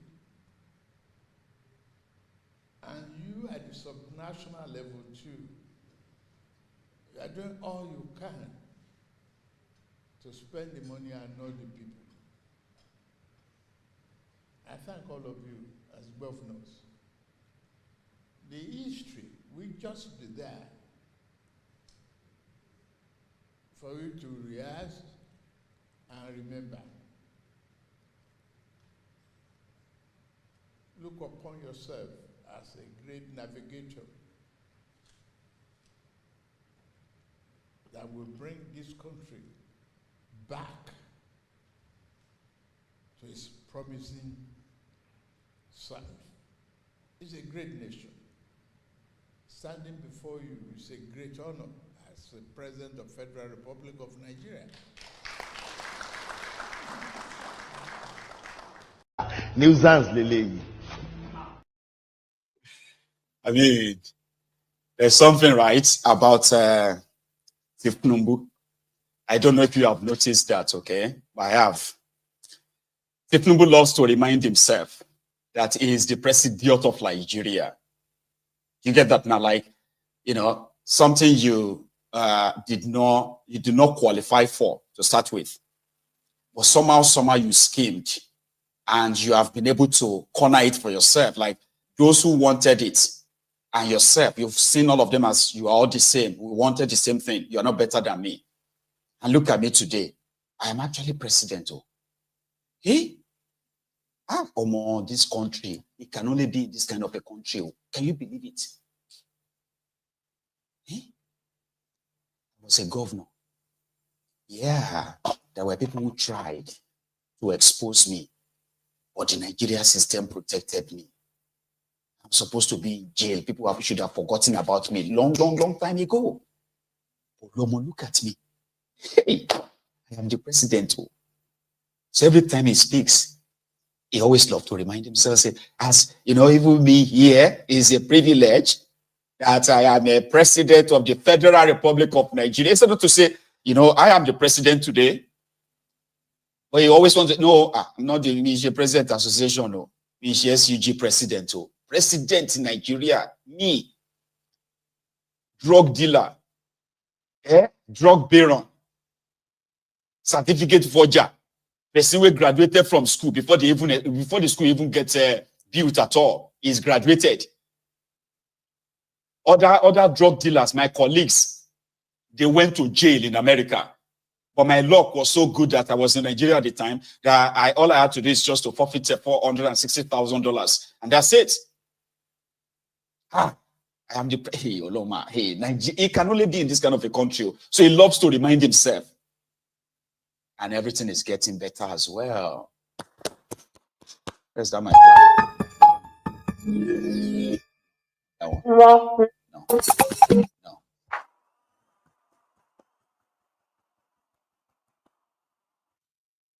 As a president of the Federal Republic of Nigeria,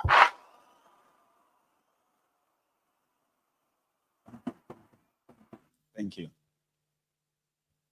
That's the way I see it, though, right? Anyway, everything is getting better. You know, this is austerity time. You know, but anyway, that's a Koolu. My time is up, and I am not done yet.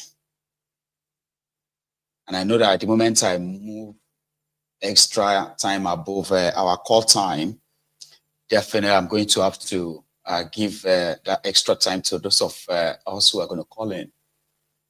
I want to finish this before we take calls. And if there will be no time, well, so be it. Ladies and gentlemen, the Nigerian House of Representatives, they have now commanded or ordered the NCC, Nigeria Communication Commission, to henceforth block all the porn sites operating in Nigeria because, especially in this month of Ramadan, they have a stat that shows that more Nigerians are watching porn these days than they should be praying for Nigeria. And here is the directive. Block internet websites hosting pornographic contents and sanction defaulting internet service providers, standing in the name of Honorable Alatu Shehu Tafoki. Honorable Tafoki is invited to move the motion. Mr. Speaker, very distinguished colleagues, I remain Honorable Engineer Shehu Alatu Tafoki, representing Paskari, Kankara Sabwa, Federal Constituency. I'm from Katsina State. I rise to move a motion for the need to block internet website hosting pornographic content and sanction defaulting internet service providers. The House notes that cyber pornography is fast becoming a global problem and no concrete steps have been taken to curb the phenomenon of cyber pornography in Nigeria. Aware that Nigeria is a highly religious country and all the major religions in the country have forbidden nudity and obscenity in any form. Also note that countries across Asia, Africa, and the Middle East have enacted legislation that ban pornography in their domains. Aware that renowned psychologists and sociologists around the world have issued stern warning on the psychological, sociological, and mental consequences of viewing pornography contents. Concerned deeply that some of the immediate effects of viewing pornography contents include A, causing deception in marriage and which may later on affect family life. B, promoting adultery, prostitution, and many oral expectations that can result in dangerous, promiscuous behavior. C, leading to addiction, escalation, desensitization, and the acting out sexually by one person. D, change of attitude toward oneself and his family. Resolve 2. 1. Urge the Nigerian Communication Commission, NCC, to direct the internet service providers operating in the country to take immediate steps to block all websites that host obscene and pornographic content.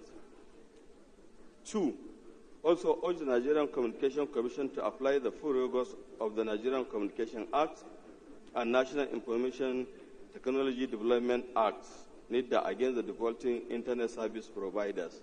And finally, mandate the Committee of Communication and Legislative Compliance to ensure implementation and report within 4 weeks for further legislative action.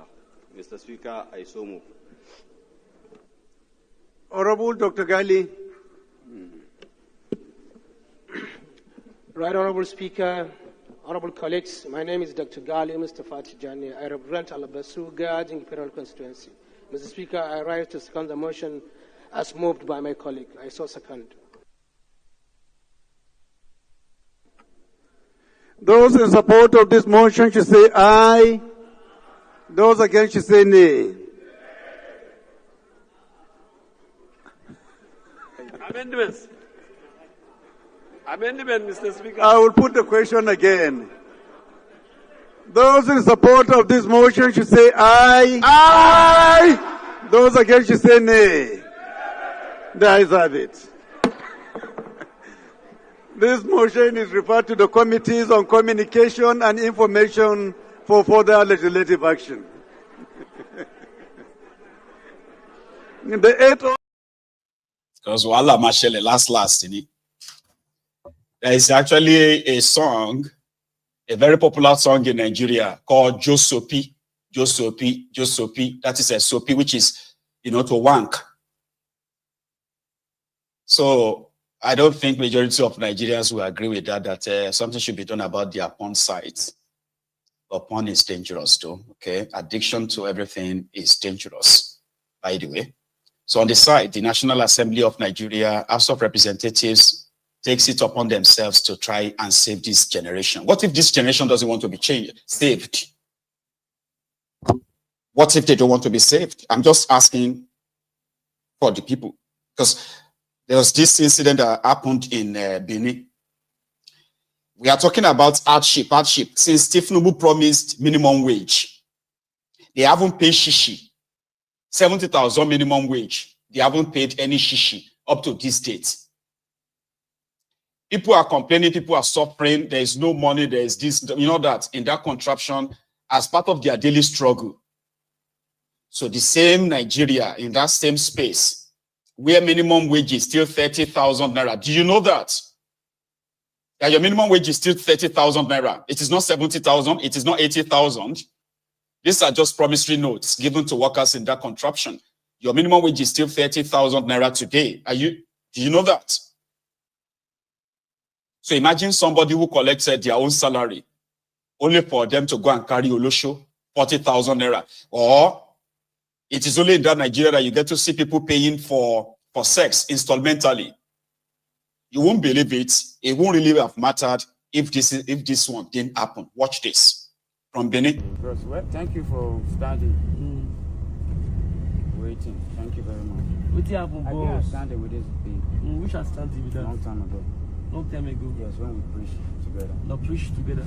Yes. We pastor. Preach. So with the knock. Together. Yes. No, knock together. We knock, bros. Okay. You understand? You don't pay her. For side there, you don't pay her. Now question. That very day where the thing happened. You don't pay her when you knock her finish. Now small question. No, bro. You don't pay her. No, bro. How much be the money? What of us? How much be the money when you take knock her when you don't pay her? I don't pay half of the money. Why you pay na crayfish? I'm sorry. But this is what you talk so it will last. Amen. Even last. Amen. What you even expect. Amen. Not be crayfish now you not get you pay half. How much be the money? How much be the money? How much be total money before? Now 40,000, bro. 40,000 naira. How much for one day, Abi? For one day. How much you From pay? Around 5. From around 5. 4. For the next day. Around 12. No, not your fault. Now, what's not agreement? No, not concern you. Now, how much you can give her? I gave her 27,000. 27,000. Come with how much? Ratio. Come with how much? 17 you want me to ask you? They go like they see. 17 plus 8. Come with how much? 13,000. I didn't mention, man. 17 plus 8. So don't stop lying now. 17 plus 8 now how much? 55. Minus 40. 15. Thank you. How much you say you made for your money? 15,000. How much if I give you? They gave me. If I give me 70,000 one day because I seized the phone. Okay. Wait the thing for the pay me so. He brought 17. All they come use for another person number. Call me. Yes. He can't bring another 8,000. 8,000. That can't take hand over the phone. You see like this phone, you take the work. Yes. So since the phone day in my hand, you not feel that take also take get money. That's all you take.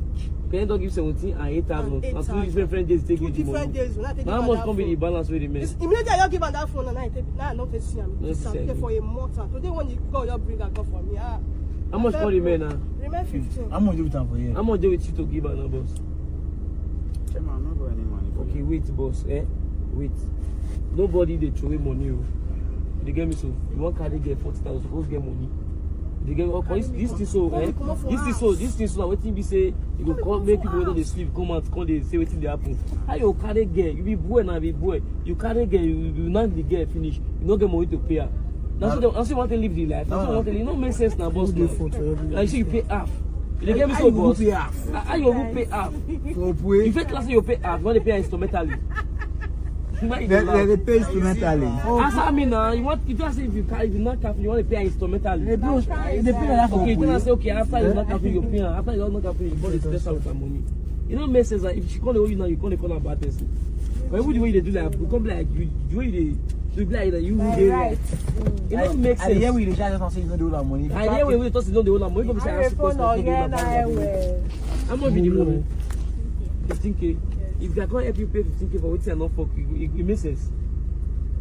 Another day. It makes sense. Another day will do. It makes sense. No, I don't do another day, chairman. You see, do boss. That kind of guy, you know I go pocket the you can't get 40,000. They can't get 40,000. You give us 17,000. They give us 8,000. You know, make sense now. You be boy now. Don't be crayfish. Those more that for you to feel pay that 17,000, 8,000. Meaning say you not clear for anywhere. Who food self not deny, but the money. So my question once again is, what if these people don't want to be saved? For somebody to go and pay in this economy, you go they promise 40,000 naira. 40,000 naira for Opwe. Turn yourself to Nakademus from 4 p.m. till daybreak. Young man. Somebody was asking me, how is a porn dangerous? I said, addiction to everything is dangerous. I'm not saying it's totally dangerous. Imagine you mess up your, it's actually dangerous, put it that way. Imagine if you see people that porn has messed up with their psyche, probably you preach against it too, if you have to, especially in the, in the minds of the young people.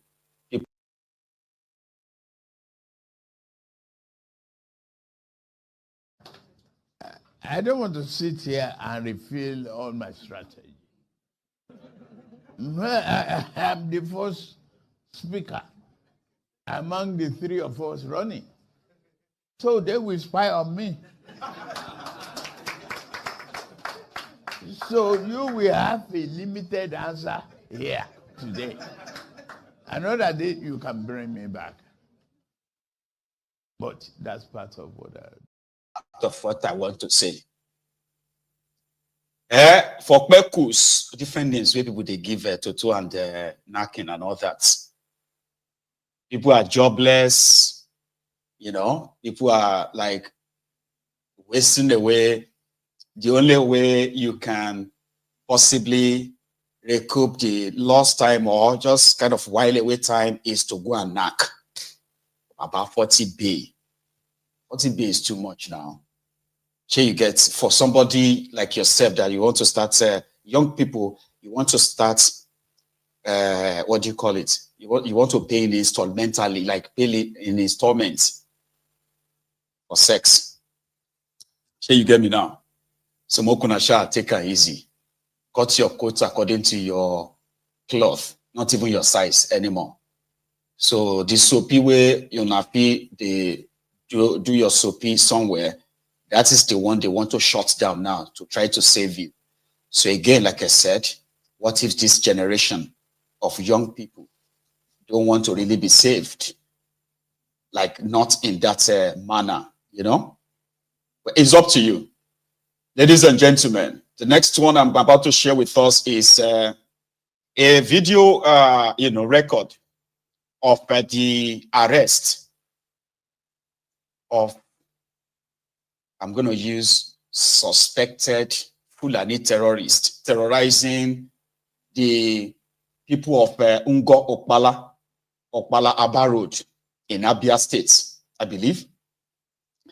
So there is this vigilante group who have come together in place of the supposed Nigerian security to protect themselves and their people. And they caught these guys. From their recordings, this transpired. I can see, they will definitely study that SIM card, trace all of it.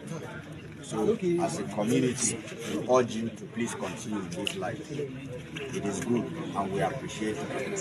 Thank you, sir. Right. So, please, if you can just continue what you are doing, don't just let us handle this while we are still going around some of these bad spots to check. So please just keep going. We will still be with you until much later when we be able to back Is there any question? Any information you have, tell us. Even if you can't tell us publicly. Some of you have our numbers and you can call. Yes, sir. You want we want to commend you people. Yes, sir. We are saying thank you very much, and God continue to be with you. And add more to your wisdom and ability to carry out this job. Please, whenever we call you, do as you did. Come and help us out. We have suffered a lot. Our farm are finished. Hungry is killing us. Nama finishes everything. You talk. Damn. They kill. They rape our wives. Please help us out. We commend you people. We are happy to see your presence among us now. Please, thank you very much. That's the lecturer I want to contribute. In addition to this, sir, please, you see those two guys? There is two guys there. Those ones that is shot. Where they are mentioning they've come from other states. Those two guys are criminals. Yes. Those two guys, you see those two guys, if in my own heart, you see those guys don't supposed to be forgiven. Those two guys are criminals before God and man, sir. You see those two guys, they are saying where they say they come from other states. One with red t-shirt. Yes, my brother saw one of them yesterday. Before God and man, you see that guy, he said they are criminals. Let's go.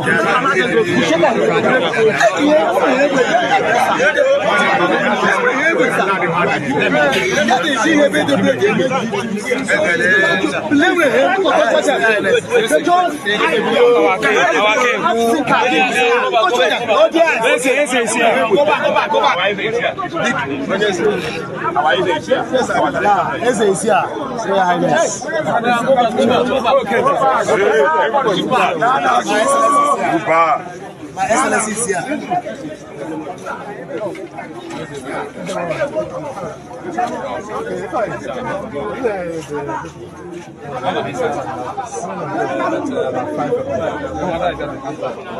Five of them. We have handed over to the officers. They want to come our office and notify them. Their pictures, there's a lot of people that can be snapped. But he has only addressed our community and we are trying to respond. Yeah, I just got a message from my chairman. That's why I want to tell that it's true. The information they got is true. So we are on it. That's our king. Yes, I'm going to Johan for one year close the record.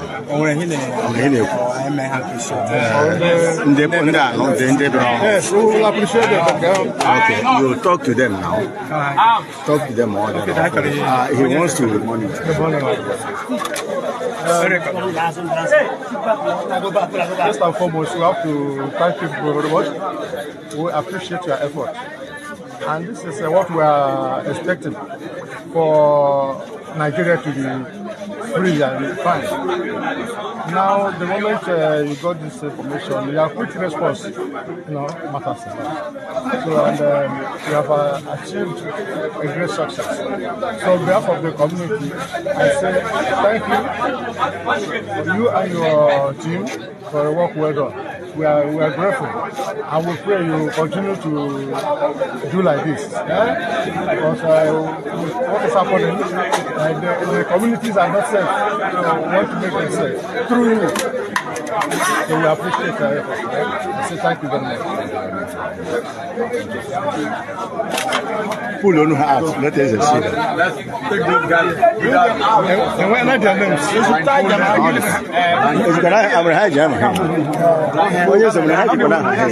Blindfold, use their shirt to blindfold them. Oh, wait. Let them come out.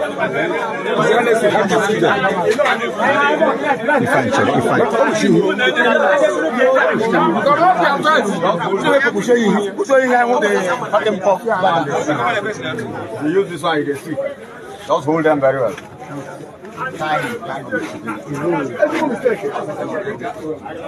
They asked me some question. I want to ask them. This one, the ID. Yes, no, they know what they're doing now. No, you're supposed to know what I'm doing. Before I start calling, this one, they know what they're doing. Yes, these are the men. Yes, I have checked all this. Please, get the names of this one. So, the people of Ngo, Okbala, Abia Road will probably have a bit of a relief, from the trauma that they have suffered in the hands of these, foreign invaders and their local contemporaries or their local collaborators for another few days, because it is like a never-ending problem, if you ask me. There's this young man who has been reported to have been killed in Enugu, right? His name is Agono, right? So a young man who was, his name is Ondo. So he is the only child of his own widowed mom. Now, in Enugu State, okay? See all those, Amopo people who have been protesting the endless terrorism of the Fulani terrorists on them and their properties. See, this young man got slaughtered by this same Fulani terrorist, and he was buried today. He's the only child. His father was killed just months ago by the same Fulani terrorist on his farm. Today, Ndubuisi, the only child, right, has been buried. A young man, very young man, whose life has been cut short violently by the terrorists that traveled hundreds, if not thousands of kilometers before they got to that spot. Ndubuisi couldn't be protected by the system that failed him, unfortunately. So, brethren, before we wrap it up this evening, here is some few things you need to know about this their fraudulent SDP. Part of the information I should have shared with you from the beginning of this broadcast to help you understand, the theory of the people that believes that their coalition arrangements that they are saying they want to remove thiefnubu is practically a coalition to possibly stop Obi from having what it takes to challenge thiefnubu by 2027, so weakened enough that thiefnubu will have an easy sale or smooth sale. SDP that Rufire decamped to is owned by APC. And this is not just like coincidence or what have you, okay? They've always been together. Similarly, Aguloye, the man that stole or mismanaged, remember this Mambila power project, and the former minister that is accused of stealing over mismanaging over $6 billion meant for that project under Obasanjo. And at the same time, there is this business guys who are currently suing Nigeria for terminating that project or terminating that contract. So in order for Nigeria to pay compensation running into hundreds of millions of dollars or even billions, Aguloye is the secretary of SDP. He currently just wrote a letter to the police IG, alerting him of the plan by some people to remove him as the secretary. Do you see it here now? So before you even get to that place, Koolu is there. So to those of you who are going to be deceived into believing in any of their coalition, maybe this piece of information is maybe useful. There is a video of that. And earlier, I think it was yesterday, yeah, Rufire, Atiku, as well as Ribadombu, they met at a barrier, and somehow Rufire put, acting up the role very well, ignored Ribadom, or maybe it was Ribadom that ignored him. Either way, watch these two. SDP of APC.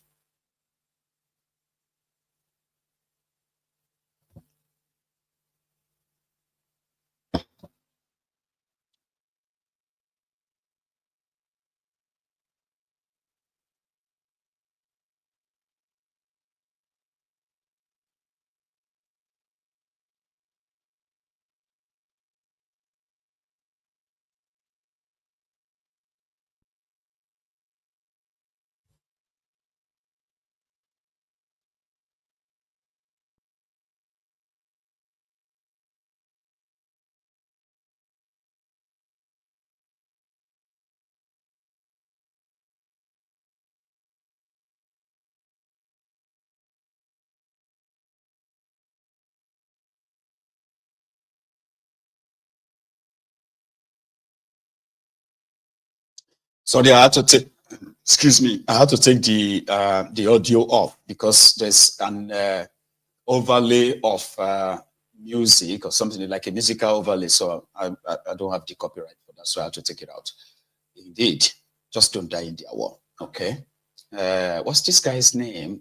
The guy that ran against Peter Obi in Enugu. What is that his name again? Ezebo, something, right? He got cheated, got rigged, right? Today, he is now a member of APC, a Bekebe from Labour Party.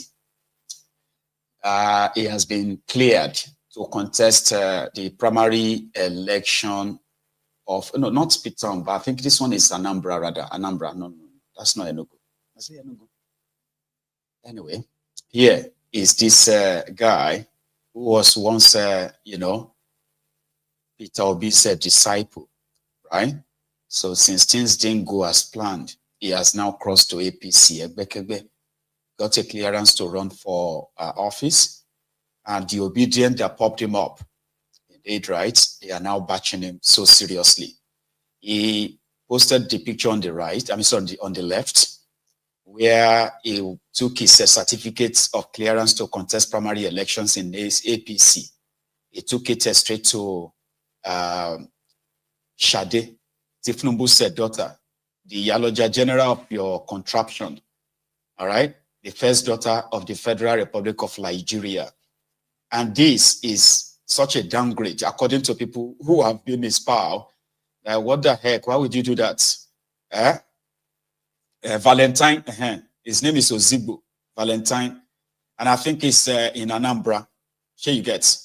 He's not in Enugu. The one in Enugu is a different guy.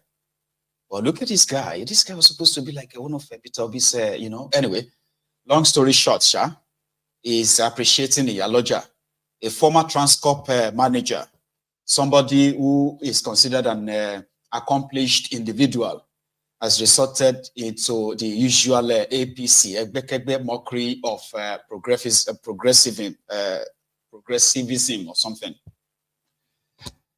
Ah, man, life, So, brethren, thank you so much for your time. I know I would have taken calls now, okay, but I'm going to seek for your pass. We can take calls another time, okay? I feel a little bit tired now. Not tired, but I think I need the rest after this. So I want to say thank you so much for your time. We shall always take calls another time. But listen, if you have been with me from the beginning, which means you've liked this broadcast, you've shared it and all that, well, it will be a good time to say good night to you. But if you haven't really liked the broadcast, as usual, I think you should, right? So subscribe to my channel as well, okay? It's important. And then when I come next time, we shall take it further from where we are dropping it tonight. Thank you so much, everyone, for your time. And good night from here. And good night from here. Good night from here. Good night, everyone. The Lady Flora, thank you so much, ma'am. I'll see you again.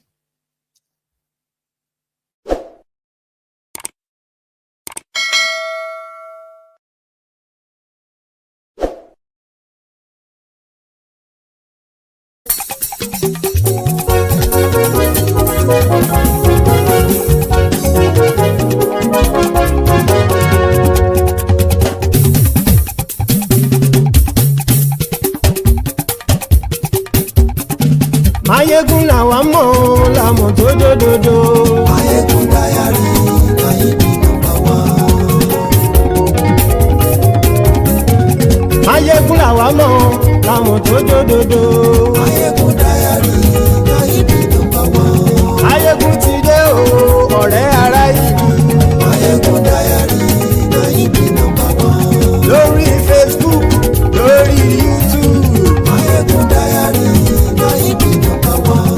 Gbogbo bó ṣe ń lọ ni Mayegun já wa sí. Mayegun dayari Mayegun number one. Àṣírí ọ̀jẹ̀lú kì í bò níbẹ̀ o. Mayegun dayari Mayegun number one. Bó bá ṣe eré àní Mayegun máa wí. Mayegun dayari Mayegun number one. Ó sì tún ṣe eré wàá gbọ́ níbẹ̀ o. Máyégún Diary Naibi #1. Máyégún Diary Politico. Máyégún Diary Naibi #1. Godfatherism kò sí lọ́rọ̀ Máyégún. Máyégún Diary Naibi #1. Ẹ farabalẹ̀ sẹ́ o kẹgbọ́rọ̀ lẹ́nu o. Máyégún Diary Naibi #1. Àní Máyégún làwa mọ̀ tó dòdòdò. Máyégún Diary Naibi #1.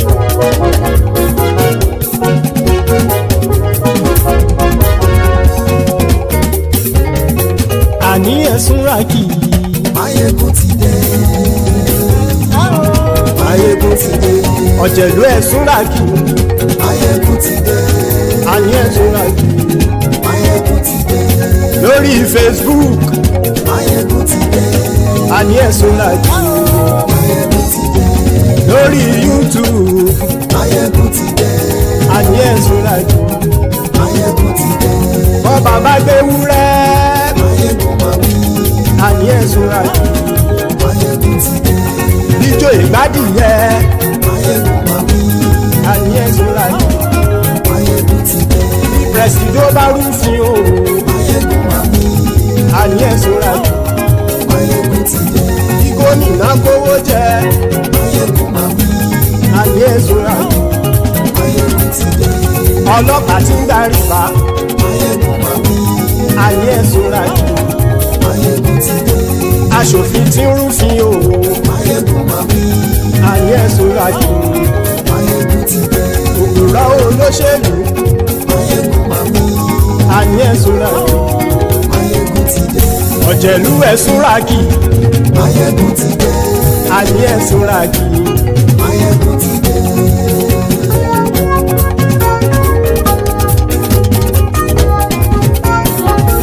Máyégún ti dé. Gbogbo ọ̀jẹ̀lú ẹ̀sùn rákì. Máyégún ti dé. Gbogbo ọ̀jẹ̀lú ẹ̀sùn rákì. Ṣùgbọ́n ní bá ti ṣe èyí tó yẹ kí wọ́n ṣe, ọmọ bá dèrò ní fi wọ́n níran o. Máyégún ti dé. Gbogbo ọ̀jẹ̀lú ẹ̀sùn rákì. Máyégún ti dé. Gbogbo ọ̀jẹ̀lú ẹ̀sùn rákì.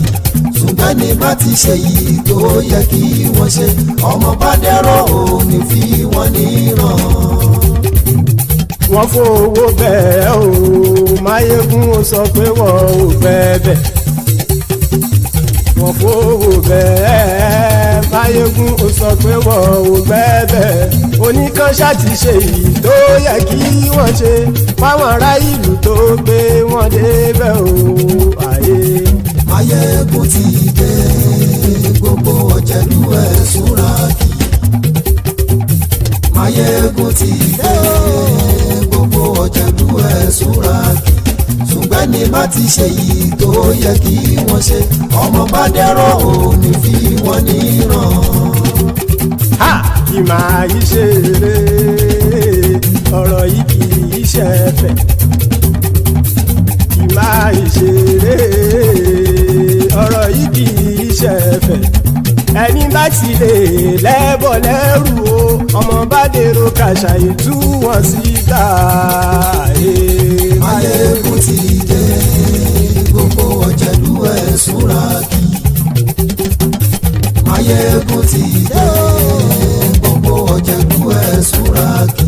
Ṣùgbọ́n ní bá ti ṣe yìí tó yẹ kí wọ́n ṣe, ọmọ bá dẹ́rọ̀ òní fi wọ́n níran. Tẹnitẹni ọmọ Máyégún ọ̀rẹ́ ara ìlú mọ̀mọ́ ni mo fọlọ́hún ṣọ́ ẹ̀ bá kìlẹ́bù. Lóòótọ́ olódodo ìlú ọ̀tá ìlú mọ̀mọ́ ni ìwọ ṣá máa ń ṣọ́ra kò sì mọ́ bẹ̀rù. Bọ́tà ń lè rí bóníṣègùn lé káwọn mọ̀mọ́ fi ṣera wọn ni ó ti dẹrùn tí wọn ò gbọ́dọ̀ sì mọ́ bẹ̀. Èèpo ọ̀gọ̀ lọmọ bá dérò tàjẹ́ ò gbọ́dọ̀ jẹ́, ó ti jọba lórí àbínú ẹni kò sì mọ́ bùyà. Àìsíwọ́lu ní ẹnìkẹ́ ìgbódì ẹyin lábàrá o, ó kó ẹni tó bá dán wò á kàmù. Máyégún ti dé. Gbogbo ọ̀jẹ̀lú ẹ̀sùn rákì. Máyégún ti dé. Gbogbo ọ̀jẹ̀lú ẹ̀sùn rákì o. ẹni bá ti ṣe èyí tó yẹ kí wọ́n ṣe ọmọ bá dèrò òní fi wọ́n níran o. Máyégún ti dé gbogbo ọ̀jẹ̀lú ẹ̀ súnra kí. Máyégún ti dé gbogbo ọ̀jẹ̀lú ẹ̀ súnra kí. Ṣùgbọ́n ní bá ti ṣe yìí tó yẹ kí wọ́n ṣe ọmọ bá dèrò òní fi wọ́n níran.